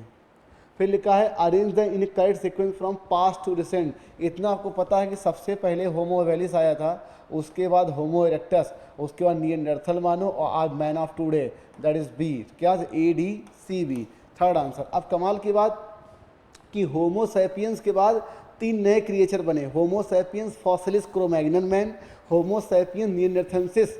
ये जो लिखा ना ये होमो सैपियन सब स्पीसीज है और होमो सैपियंस सैपियंस हम लोग हैं। तो यहाँ कुछ आगे मेंशन नहीं है तो हम निएंडरथल को पहले मानेंगे ADCB। और हमारा आंसर बैठ भी नहीं रहा। मान लो बच्चों, अगर मैं होमो सैपियंस इसको ऐसे मानूं होमो सैपियंस, तो होमो सैपियंस से फिर 3 सब स्पीसीज वेरी करी। पहला निएंडरथेंसिस, क्रोमैग्नन, उसके बाद मैन ऑफ टुडे। तो यहाँ निएंडरथेंसिस बना हुआ पहले, तो पहले तो यही आएगा ना, सबसे पहले निएंडरथेंसिस आया, फिर क्रोमैग्नन, फिर ये चीज़, तो पहले आपका C ही आएगा, याद रखिएगा। आगे कुछ मेंशन नहीं है तो हम करें क्या, और हमारा आंसर A से ही स्टार्ट होगा, तो यहाँ और कोई आंसर बन नहीं सकता। कभी कभी क्या होता है, चीज़ें इनकम्प्लीट, इनको यहाँ पर मेंशन करना चाहिए था होमो सैपियंस सैपियंस। हालांकि ये अनसॉल्व्ड का क्वेश्चन है, इसको चेंज नहीं कर सकते, लेकिन पहले निएंडरथल ही आया था, याद रखिएगा। अब इसको आपको याद करना पड़ेगा। मीजोजोइक जो होता है वो बर्ड और रेप्टाइल का होता है, याद रखिएगा। एज की अगर हम बात करें, ए थर्ड, मतलब इसी एरा में ये लोग ज़्यादा से ज़्यादा फ्लोरिश हुए थे, डेवलप हुए थे। और प्रोटोजोइक में आपके lower invertebrate that is arthropoda तक बन गया था। सीनोजोइक जो है मैमल का है, एंजियोस्पर्म का है। अब पहले जो एक एरा में फिश और एम्फीबिया बने थे, याद रखिएगा। ए थर्ड, उसके बाद B first, C4, D second, क्या आंसर आ गया, थर्ड। इसको आपको याद करना पड़ेगा। फिर लिखा identify the set of correct statement flowers of vallisneria colourful नहीं सर, ये वाटर पॉलिनेटेड है। विंड और वाटर से होने वाले पॉइंट होने वाले फ्लावर कलरफुल नहीं होते, बड़े अट्रैक्टिव नहीं होते, याद रखिएगा। Flowers of water lily are not, बिल्कुल सही है सर। वाटर लिली और वाटर हायसिंथ इनका फ्लावर जो होता है वो वाटर के लेवल से थोड़ा ऊपर होता है, तो ये इंसेक्ट या विंड से होते हैं, इनका पॉलिनेशन वाटर से नहीं होता। और कहते हैं कि बहुत सारी स्पीसीज जो हैं उनमें प्रोटेक्शन के लिए म्यूसिलेज की कवरिंग होती है किस पर, पॉलन की। और बहुत सारे ऐसे हाइड्रोफाइट्स होते हैं जिनमें रिबन लाइक होता है सब में, और कुछ हाइड्रोफाइट में pollen passively inside the water जाता है और कुछ में खुद जाता है एक्टिवली। तो ये सेंटेंस है, ये बी सी डी ये सब बुक की लाइन थी, याद होना चाहिए आपको। Third, microspore in an anther are found, कुछ नहीं सर, आपने पढ़ा होगा माइक्रो स्पोरोजेनेसिस, ये आपने पढ़ा। ये क्या है, मतलब किसी माइक्रोस्पोर मदर सेल से माइक्रोस्पोर का बनना।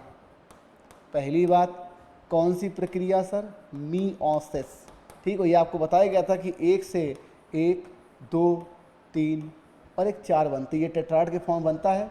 बाद में ये डिहाइड्रेशन जब होता है तो ये बन जाता है 1 2 3 4, ये पॉलन बनते, याद रखिएगा। पॉलन 2 सेल कंडीशन बताया माइटोसिस से, फिर 3 सेल कंडीशन बढ़ेगा, एक वेटेड सेल, 2 आपके मेल गैमेट। तो एक्चुअल में इस पॉलन मदर सेल में ही मियोसिस हुई थी। और सेल्स ऑफ न्यूक्लियस में अगर मियोसिस होगा बच्चों तो इससे क्या बनेगा, इससे बनेगा आपका मेगास्पोर। ये क्वेश्चन बदल सकता है फ्यूचर में। अगर मैंने मेगास्पोर की बात की तो आप क्या लगाएंगे, सेल्स ऑफ न्यूक्लियस। फिर देखिए pollen release from the megaspore, नहीं सर, माइक्रोस्पोरेंजियम जो होता है, माइक्रोस्पोरेंजियम से आपका पॉलन रिलीज होता है, क्योंकि ये मेल गैमेटोफाइट है, ठीक। और मेगास्पोरेंजियम से, तो ये गलत है। और कहते हैं कि जब पॉलन ट्यूब बनाता है, मेल गैमेट जाता है तो मेल फीमेल को फर्टिलाइज करता है गैमेट, और वहाँ पे आपका जाइगोट बनता है, ओव्यूल सीड बदल जाता है, सीड कवर्ड नहीं होती है। ये बिल्कुल सही है, तो मुझे ये गलत दिख रहा है, ये सही दिख रहा है, सेकेंड आंसर। फिर लिखा ये pink flower snap dragon, sir ये पिंक फ्लावर का मतलब इनकम्प्लीट डोमिनेंस है। मैं कैपिटल आर स्मॉल आर, ये मेरा पिंक फ्लावर है किताब, ठीक। और इसका किससे क्रॉस कराया गया है सर, एक रेड फ्लावर से, दैट इज कैपिटल आर। ये बात आपको समझ में आती है।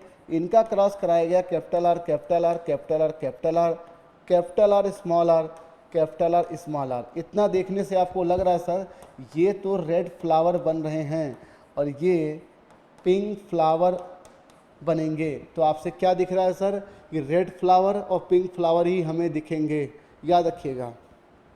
और एक प्रकार का ये आउट क्रॉस है, जैसे आप टेस्ट क्रॉस बोलते हैं, हेट्रोजाइगस का होमोजाइगस डोमिनेंट से, ये आउट क्रॉस है, और हेट्रोजाइगस का होमोजाइगस रिसेसिव से कराएंगे तो ये बैक क्रॉस। हालांकि यहाँ पर इनकम्प्लीट डोमिनेंस है तो हम ऐसा कह नहीं सकते, ठीक। सेकेंड आंसर 50-50 का रेशियो। वेन में अब देखिए केस, मेंडल ये कहते थे कि सपोज दैट कोई कैरेक्टर है एक्स तो इसके लिए एक पार्टिकुलर जीन होगी, और ये कहते थे कि अगर कोई डिप्लॉयड ऑर्गेनिज्म है तो एक जीन के आपके 2 अपोजिट कंट्रास्टिंग ट्रेट होंगे कैरेक्टर के, जो कि एलील के द्वारा कंट्रोल होंगे। मान लीजिए अगर ये हाइट है, ये हाइट की जीन है तो या तो ये टॉल वाला होगा या तो ये स्मॉल वाला होगा, डॉर्फ वाला होगा, ऐसा मेंडल कहते थे। लेकिन समय जब आगे बढ़ा तो और ये भी कहा था मेंडल ने कि कैपिटल टी और स्मॉल टी है तो जो कैरेक्टर एक्सप्रेस हुआ वही डोमिनेंट है। मैं कह रहा हूँ कैपिटल टी टॉल के लिए है, स्मॉल टी डॉर्फ के लिए है, और कैपिटल टी स्मॉल टी जब है तो टॉल वाला एक्सप्रेस हुआ, तो इस बात पे कहा गया कि टॉल डोमिनेंट है। आप बात को समझिए, आपको पहले से नहीं पता है कि जो हाइट में छोटा है वही ड्वार्फ है, जो हेट्रोजाइगस में होमोजाइगस दोनों में एक्सप्रेस हुआ है वही आपका डोमिनेंट होता है। क्यों? क्योंकि स्मॉल टी वाला तो ड्वार्फ है लेकिन कैपिटल टी स्मॉल टी वाला ये टॉल बना है, और कैपिटल टी वाला ये तो टॉल है लेकिन वो चीज़ें हेट्रोजाइगस में भी एक्सप्रेस होती हैं। फिर जब चीज़ें रिसर्च आगे बढ़ी, अलग अलग वैज्ञानिक जेनेटिक्स में काम करने लगे तो उन्होंने एंटी राइनम स्नैप ड्रैगन का केस देखा कि भैया कैपिटल आर, ठीक है, कैपिटल आर स्मॉल आर हमने देखा तो ये आपका हेट्रोजाइगस में ये इनकम्प्लीट डोमिनेंस हो गया, ये पिंक हो गया, ठीक, ऐसा आपकी किताब कहती है। लेकिन अब एक केस देखिए, कभी कभी क्या हुआ कि एक जीन है, मान लीजिए कोई एक्स, और इसको नॉर्मली एक कैरेक्टर को कंट्रोल करना चाहिए लेकिन नहीं सर, इसने कई सारे कैरेक्टर को कंट्रोल किया, फिनोटिपिक ट्रेट को। इसका एक नाम दिया गया प्लियोट्रॉपी। क्या नाम दिया गया, प्लियोट्रॉपी। और मेंडल ने यह भी कहा था कि एक जीन के 2 एलील होते हैं, लेकिन अब कहानी आ गई ह्यूमन ब्लड ग्रुप की। यहाँ पे जीन केवल होती है आई, इसके 3 एलील ए, बी और ओ, याद रखिएगा। तो इसका मतलब जब मेनी एलील की सिंगल जीन को कंट्रोल करेंगे तो ये कंडीशन आपकी मल्टीपल एलेलिज्म का हो जाएगा, ना कि पॉलीजेनिक इनहेरिटेंस। और मेंडल ने यह भी कहा था कि भाई एक कैरेक्टर के लिए एक ही जीन होएगा। तो यहाँ पे केस कुछ ऐसा है कि ह्यूमन कलर और ह्यूमन हाइट जो है इसको कंट्रोल करने के लिए मल्टीपल जीन इन्वॉल्व होते हैं, इसीलिए आपकी किताब में इसको पॉलीजेनिक इनहेरिटेंस कहते हैं। और कहते हैं कैपिटल ए एक जीन का, कैपिटल बी, कैपिटल सी। क्या मैं capital A small A, capital B, capital C small C लिख रहा हूँ, तो इन सब एलील का जो इफेक्ट है एक साथ एडिटिव आएगा। ये टोटली ज़्यादा डार्क होगा, ये थोड़ा कम डार्क। क्यों? क्योंकि यहाँ पर एलील देखिए बदल गया है। ठीक, तो in polygenic inheritance each effect of each allele additive है। तो ये पहला वाला case polygenic inheritance multiple gene या multiple alleles govern a particular single character, ये पॉलीजेनिक इनहेरिटेंस होता है। पहला गलत है, दूसरा सही है। थर्ड आंसर लिखा है कि एनिमल किंगडम अलॉन्ग विथ, आपको जनरल पढ़ा दिया जाता है कि भाई XX और XY, ये तो आपका मेल, ये फीमेल, ये आपने बोल दिया male heterogamety, that is sex determination. और ये केस आपको ह्यूमन में देखने को मिलती है, ठीक, और ड्रोसोफिला में भी देखने को मिलती है, ऐसा किताब कहती है। लेकिन इसके अलावा एक केस आपने और किताब में बोला गया है सर, ZW, ये फीमेल का केस है और ये मेल है। इसका मतलब हमेशा मेल ही प्रोजनी का सेक्स डिसाइड करेगा, ये कोई ज़रूरी नहीं है, फीमेल भी कर सकती है डिपेंडिंग अपॉन ऑर्गेनिज्म। ठीक, तो ये फीमेल है, ये मेल है। एक केस और देखिए सर, ZO, और ये कहा गया कि भाई ये एक प्रकार कुछ मॉथ होते हैं या बटरफ्लाई होती है, उसके अंदर ये फीमेल है, ठीक, और ये मेल है। और एक केस और देखिए XO, सर ये मेल है, ठीक। तो जहाँ कहीं पर भी आप कम से कम हेट्रोगैमेटिक कंडीशन होगी, तो यहाँ देखिए फीमेल हेट्रोगैमेटिक है, यहाँ फीमेल है, यहाँ मेल हेट्रोगैमेटिक है और यहाँ मेल हेट्रो, तो ये कंडीशन देखनी थी कि पहला जो है XX। और एक केस और देखिए, कुछ वेस्प होते हैं, मधुमक्खी होती है, जहाँ पर फीमेल गैमिट का अनफर्टिलाइज एग दैट इज जो हेप्लॉइड है उससे सीधा मेल बन जाता है, और फर्टिलाइज एग जो कि नॉर्मल फर्टिलाइजेशन से बना वो तो फीमेल बन जाती है। इसको बोलते हैं हेप्लॉइड डिप्लॉइड मैकेनिज्म। तो XO तो ग्रास हॉपर ही होगा, कोई शक नहीं, और ZZ बर्ड्स होगा। अब मान लीजिए आपको केवल एनसीईआरटी लेवल का नॉलेज था, तो ZO और हेप्लो डिप्लॉइड ये आपको नहीं पता था, लेकिन सर ग्रास हॉपर और बर्ड ये दोनों सीक्वेंस में है रेस्पेक्टिवली पूछा गया है, तो भी आप आंसर निकाल सकते थे। ये मॉथ में जाएगा, ये वेस्ट में जाएगा, याद रखिएगा। Second answer. अब देखिए एक्सोनीम, आपको पता सीलिया फ्लैजिला का कोर होता है, कॉट व्हील पैटर्न ये सेंट्रियोल का होता है, ये इस तरीके से होता है, याद रखिएगा। इस तरीके से ये 9 प्रकार के ट्रिपलेट होते हैं। क्रिस्टा आपको मालूम है इनर माइटोकॉन्ड्रियल मेम्ब्रेन की ये इनफोल्डिंग होती है जिस पर ETS सिचुएटेड होता है। तो भाई ये, और ये सरफेस एरिया बड़ा। सेटेलाइट जो है ये सेकेंडरी कॉन्स्टिट्यूशन जब क्रोमोसोम में होता है तो आपका सेटेलाइट एक छोटा सा नॉब बन जाता है, उसको कहा जाता है। तो मुझे A second, B first, C fourth, D third, second third answer. अब देखिए कुछ नहीं सर, आपको किताब कहती है कि ये मैं गोल्गी सिस्टर्नी बना रहा हूँ, ये मेरा सिस फेस है, ये ट्रांस फेस है, इसमें कोई शक नहीं सर। ये फेस आपके एंडोप्लाज्मिक रेटिकुलम से अटैच होता है, ये फॉर्मिंग फेस है, ये मैच्योरिंग फेस है, याद रखिएगा। ये फॉर्मिंग फेस है, ये कॉन्वेक्स सिस और कॉनकेव ट्रांस। तो और ये दोनों फेस इंटायरली अलग अलग होते हैं, लेकिन बट इंटायरली डिफरेंट होते हैं, बट इंटरकनेक्ट होते हैं। The Golgi cisternae are concentrically arrange near the nucleus with distinct convex cis or forming face and concave trans maturing face. Cis and trans face entirely एक identical नहीं होते, different होते हैं, लेकिन इंटरकनेक्ट होते हैं। तो मुझे पहला सही और दूसरा गलत दिख रहा है, सेकेंड आंसर। फिर लिखा टॉडी, और ये टॉडी आपका एक कुछ प्रकार के पौधे होते हैं, याद रखिएगा बच्चों। तो ये कुछ पौधे होते हैं जिनसे इनको निकाला गया था, ठीक है। तो ये पौधे होते हैं आपका, इसका नाम है बोरेसस, टॉडी पॉम बोलते हैं इसको, बोरेसस फ्लैबीलीफर, ये नाम याद रखिएगा। ये है बोरेसस फ्लो, इसको आप टॉडी पॉम कहते हो, और इन्हीं से ये आपका टॉडी बनता है। बोरासिस फ्लेविफॉर्म, ठीक। तो ये फॉर्म निकलता है, याद रखिएगा, एक प्रकार का ये फर्मेंटिंग सैप है। कुछ नहीं सर, आपको बताया गया था कॉन्ट्रासेप्टिव में डायफ्राम जो होते हैं ये कवर करते हैं किसको, सर्विक्स को, तो ये तो ठीक है, ये बैरियर हैं। और कॉन्ट्रासेप्टिव फिल इनहिबिशन इम्प्लांटेशन को प्रेडिक्ट करते हैं। ये प्रोस्टान हो सकते हैं, एस्ट्रोजन प्रोस्टान दोनों हो सकता है। फिर का इंट्रायूट्राइन डिवाइसेस में copper T, copper 7, Multiload 375, LNG20, lipase loop, ठीक है। और प्रोस्टासर्ड, तो ये कहते हैं increase phagocytosis of sperm with in uterus, that is C3। और लैक्टेशनल एमिनेरिया क्या है कि नॉर्मल प्रेगनेंसी के बाद जब पॉइंट हो जाता है तो उसके कंपेरिजन अप टू 6 मंथ तक इंटेंस लैक्टेशन जब होता है तो आपके मेंस्ट्रुअल साइकिल स्टॉप रहती है। तो एक प्रकार से ये नेचुरल कॉन्ट्रासेप्टिव की तरह काम करता है, दैट इज D3। तो मुझे A 4th, उसके बाद ये B 1st, C 2nd, D 3rd। First answer, which of the following is not an example of assisted reproductive technology. आपको मालूम है कि नॉर्मल मेल फीमेल के भी सेक्सुअल इंटरकोर्स होता, नॉर्मल बच्चे होते तो सब कुछ ठीक था, लेकिन अगर इसमें प्रॉब्लम आ रही है तो हमें कुछ सहारा लेना पड़ेगा रिप्रोडक्शन के लिए, तो उन्हीं को बोलते हैं ART, असिस्टेड रिप्रोडक्टिव टेक्नोलॉजी। इसमें in vitro fertilisation, GIFT, IUI, इसके अलावा IUT, इसके अलावा AI, इसके अलावा जिफ्ट भी होता है सर, और एक और होता है ICSI। लेकिन सर मैंने अभी बताया कि कॉन्ट्रासेप्टिव के 6 टाइप बताए गए थे, natural, traditional, barrier, IUD, pills और इम्प्लांट और स्टरलाइजेशन। तो IUD एक प्रकार का कॉन्ट्रासेप्टिव मेथड है, कॉन्ट्रासेप्टिव मेथड है, और जिसके 3 टाइप थे। पहला नॉन मेडिकेटेड और है सर मेडिकेटेड, ठीक। और उसके बाद नाम है हार्मोन रिलीजिंग।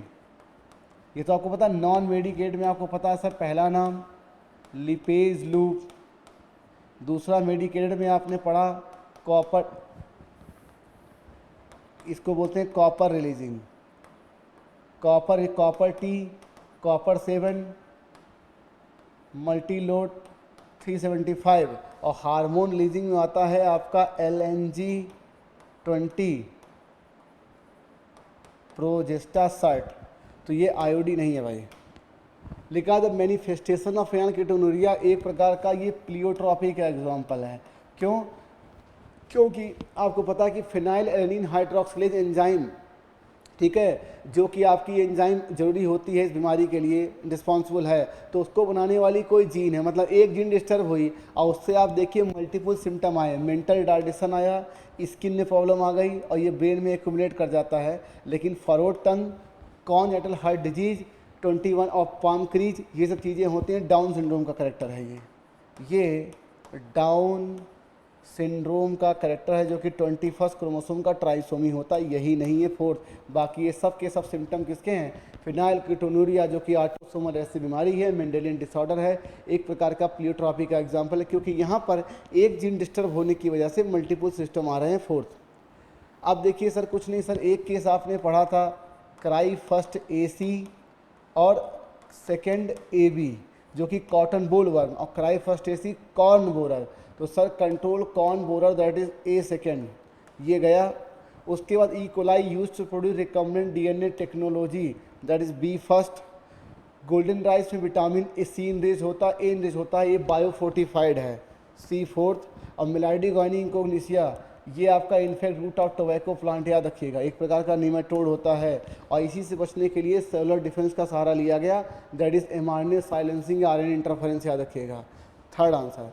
अब देखिए एंजाइम्स आर बायोकैटलिस्ट, ठीक है, they catalyse biochemical reaction, in general they reduce activation energy of many physicochemical process. तो बच्चों यहाँ पर आपका कुछ करेक्शन है जो आपको ऑनलाइन में देखने को मिला होगा। दूसरा सेंटेंस ये नहीं है, याद रखिएगा, यहाँ पे मैं करेक्शन कर दे रहा हूँ, ठीक है। दूसरा सेंटेंस आपका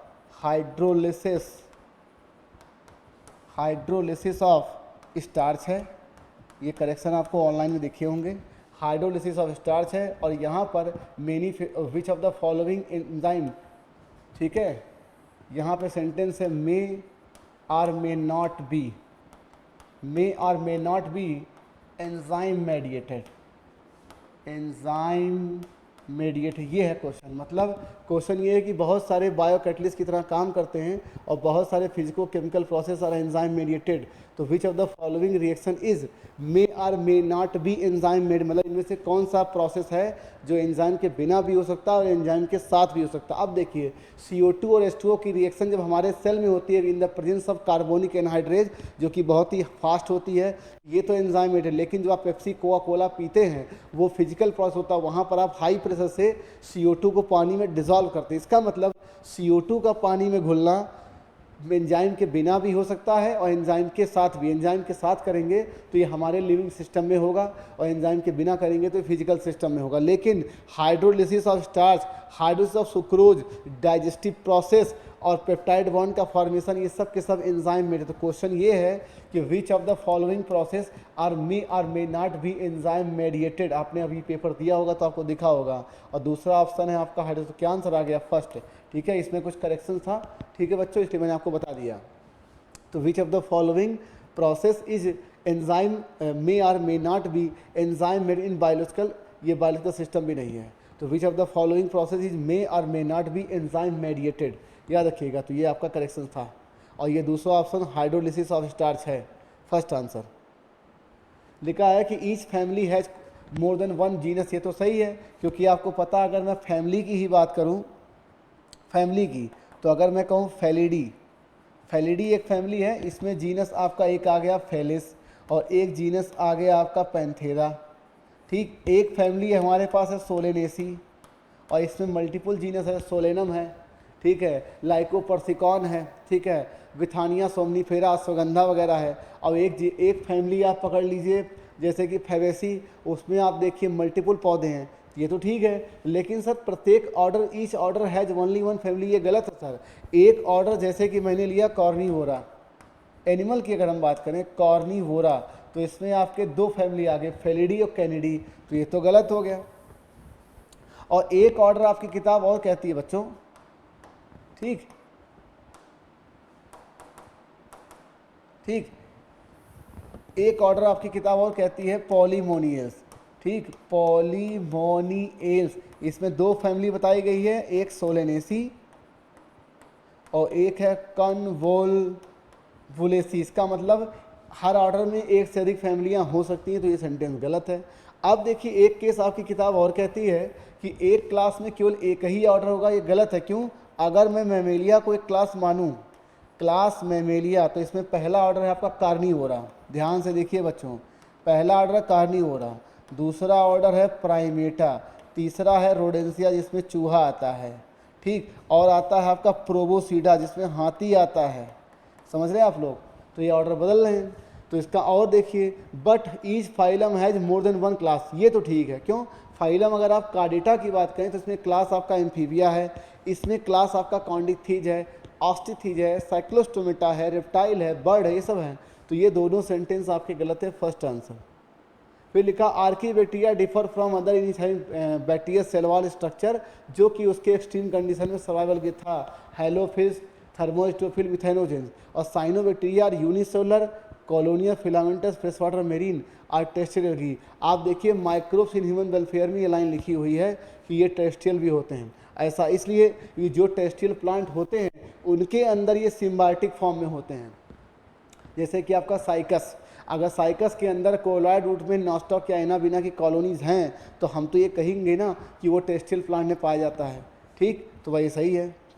फिर देखिए वी फॉलोइंग स्टेटमेंट करेक्ट है, transgenic jelly fish are being developed for use in testing the safety. और नहीं सर, माइस को डेवलप किया गया था पोलियो की वैक्सीन की सेफ्टी के लिए, गलत है। और ट्रेडिशनल नॉलेज जो होता है बायो रिसोर्स का, ये ज़रूरी है जब हम मॉडर्न एप्लीकेशन लगाएंगे, can not be exploited to develop modern. नहीं सर, जो हमारे पास पारंपरिक ज्ञान थे उनको आधार बनाकर अपने प्रोसेस को फास्ट करने के लिए हम मॉडर्न एप्लीकेशन लगाते हैं, याद रखिएगा। जैसे कि आप समझिए मॉडर्न एप्लीकेशन खेती, आज हम बहुत सारी चीज़ें मशीनों से कर रहे हैं, लेकिन हमें पहले ये तो पता होना चाहिए ना कि ज़मीन में खेती होती है, किस मिट्टी में खेती होती है, खेती की टाइमिंग क्या है, कब फसल पकेगी। तो जो हमारे ट्रेडिशनल नॉलेज थे वो तो हमारा आधार बनते हैं। हम चीज़ों को सिर्फ फास्ट और प्रोसाइज करते हैं। So genetic modification of organism can have unpredictable result when such organism are introduced into our ecosystem। बिल्कुल सही है। मान लीजिए किसी जीव के अंदर आपके जीन में चेंज कर दिया और वो इन्वेसिव हो गया, तो एक जीव में आपने एक जीव में चेंज किया, उसके जीन में मैनिपुलेशन किया, लेकिन वो पूरे के पूरे इकोसिस्टम को निगेटिवली इम्पेक्ट कर सकता है और पॉजिटिवली भी कर सकता है। तो ये अनप्रेडिक्टेबल चेंज है। फिर लिखा there are no risk associate with R DNA. नहीं सर, आप रिकॉम्बिनेंट डीएनए टेक्नोलॉजी जीएमओ बना रहे हैं और वो जीएमओ बिना जीएसी के अप्रूवल के, मान लीजिए बिना जीएसी के अप्रूवल के अगर मार्केट में या खेत में उतर जाए तो हो सकता है उससे पूरा का पूरा इकोसिस्टम ही डिस्टर्ब हो जाए। तो ये पोटेंशियल रिस्क है इससे। Third answer. फिर लिखा स्टेम डेवलप फ्रॉम प्लीम्यूल। आपसे बताया गया था बच्चों कि जब आप सीड की बात करते हैं तो ऊपर यहाँ प्लीम्यूल होता है, नीचे रेडिकल होता है, इसकी कवरिंग कोलियोराइजा, इसकी कवरिंग कोलियोप्टाइल होती है। ठीक, तो इससे आपका प्लीम्यूल से क्या निकलता है, शूट सिस्टम डेवलप होता है, इससे रूट सिस्टम डेवलप होता है। ठीक है, और ये कहा गया कि अगर मैं एक लीफ की बात करूँ तो ये मेरा लीफ बेस है, ये मेरा पेटियोल है और ये लेमाइना है। तो ये तीन पार्ट आपके लीफ में होते हैं। जब हम छोटे थे तो हम लोग एक पत्ती तोड़ के लेके आते थे, तो हमें लगता था कि हम एक पत्ती तोड़ के नहीं लेके, एक्चुअल में हम लेमाइना तोड़ के लाते थे, ये वाली चीज़। तो ये लेमाइना, एटियोल और लीफ बेस, ये मिलकर के एक लीफ का निर्माण करते हैं। ये दोनों सेंटेंस सही है। फोर्थ। नेक्स्ट, फिर लिखा पार्टुरेशन। अभी मैंने पीछे बताया कि ये न्यूरो एंडोक्राइन मैकेनिज्म है, दैट इज़ ए फर्स्ट, और ए फर्स्ट कहीं और नहीं है। स्टेम सेल ऐसी, इसके अंदर टेंडेंसी होती है, ये हमारे एम्ब्रियो में होती है, जब बच्चा डेवलप हो रहा होता है तो उसके अंदर एक खास बात होती है कि कई सारे टिश्यू आर्गन में बदल जाता है। B fourth. कोरियोनिक विलाई का मतलब जो आपका ब्लास्टोसिस्ट बना था, या ध्यान रखिए ब्लास्टोसिस्ट, ये बाहर वाली सेल ट्रोफोब्लास्ट थी और इसके अंदर कुछ विलाई लाइक स्ट्रक्चर बने थे और ये यूट्रस से जब अटैच हुए थे तब आपका प्लेसेंटा का निर्माण हुआ था। तो क्या आंसर आ गया, ये सी थर्ड। कोलेस्ट्रॉल आपको मैंने पहले ही बताया कि लैक्टेशन में निकलता है, इसमें IgA एंटीबॉडी होता है और एक प्रकार का ये नेचुरल पैसिव का एग्जाम्पल है इम्यूनिटी में। तो मुझे A first, B fourth, C third और डी सेकेंड दिख रहा है, फोर्थ आंसर। अब देखिए 24 chromosome are present in leaf of flowering plant. अब जब मैंने फ्लावरिंग प्लांट कह दिया तो ये मेन प्लांट बॉडी क्या हो जाएगी सर, डिप्लॉयड। और कितने क्रोमोसोम है डिप्लॉयड, बराबर 24, और n बराबर कितने हो गए सर, 12। तो इसका मतलब जितनी भी कोशिकाएं इस फ्लावरिंग प्लांट में डिप्लॉयड होंगी उन सब 12 क्रोमोसोम होंगे। आपको मालूम था सर कि अगर मैं एक एम्ब्रियो सैक की बात करूँ तो यहाँ सिनर्जिड, ठीक, ये एक सेल, ये 2 पोलर न्यूक्लियाई और ये 3 एंटीपोडल सेल होते हैं। तो ये सब के सब हेप्लॉयड होते हैं, याद रखिएगा। तो चाहे सिनर्जिड पूछेंगे तो भी 12 क्रोमोसोम, चाहे एक सेल पूछेंगे तो भी 12 chromosome, antipodal 12 chromosome, polar nuclei 12 chromosome. क्या आंसर आ गया सर, सेकेंड। इस तरह के क्रोमोसोम अभी एक न्यूमेरिकल का सेशन मैंने लिया था बच्चों, उस पर मैंने कराया है। ठीक है, अब देखिए जितने स्ट्रक्चर आपके स्पोरोफिटिक हैं उन सब में 24 क्रोमोसोम, जो ट्रिप्लॉयड है जैसे कि एंडोस्पर्म उसमें 36 क्रोमोसोम होंगे। तो आपको करना क्या होता है कि जितना क्रोमोसोम दिया जाए सबसे पहले 2n बराबर आप निकाल लेंगे। मान लीजिए 40 लिखा होता तो सर n बराबर 20 हो जाता। ठीक, अब n बराबर 20 होता तो फिर हेप्लॉयड कितना होता, 20 होता। ये आप निकाल सकते हैं। तो प्यारे बच्चों, सेशन यहीं से खत्म हुआ। कमेंट बॉक्स में बताइए कि सेशन आपको कैसा लगा। मिलते हैं हम लोग अपने नेक्स्ट अगले सेशन में। Thank you for watching the video. Bye bye.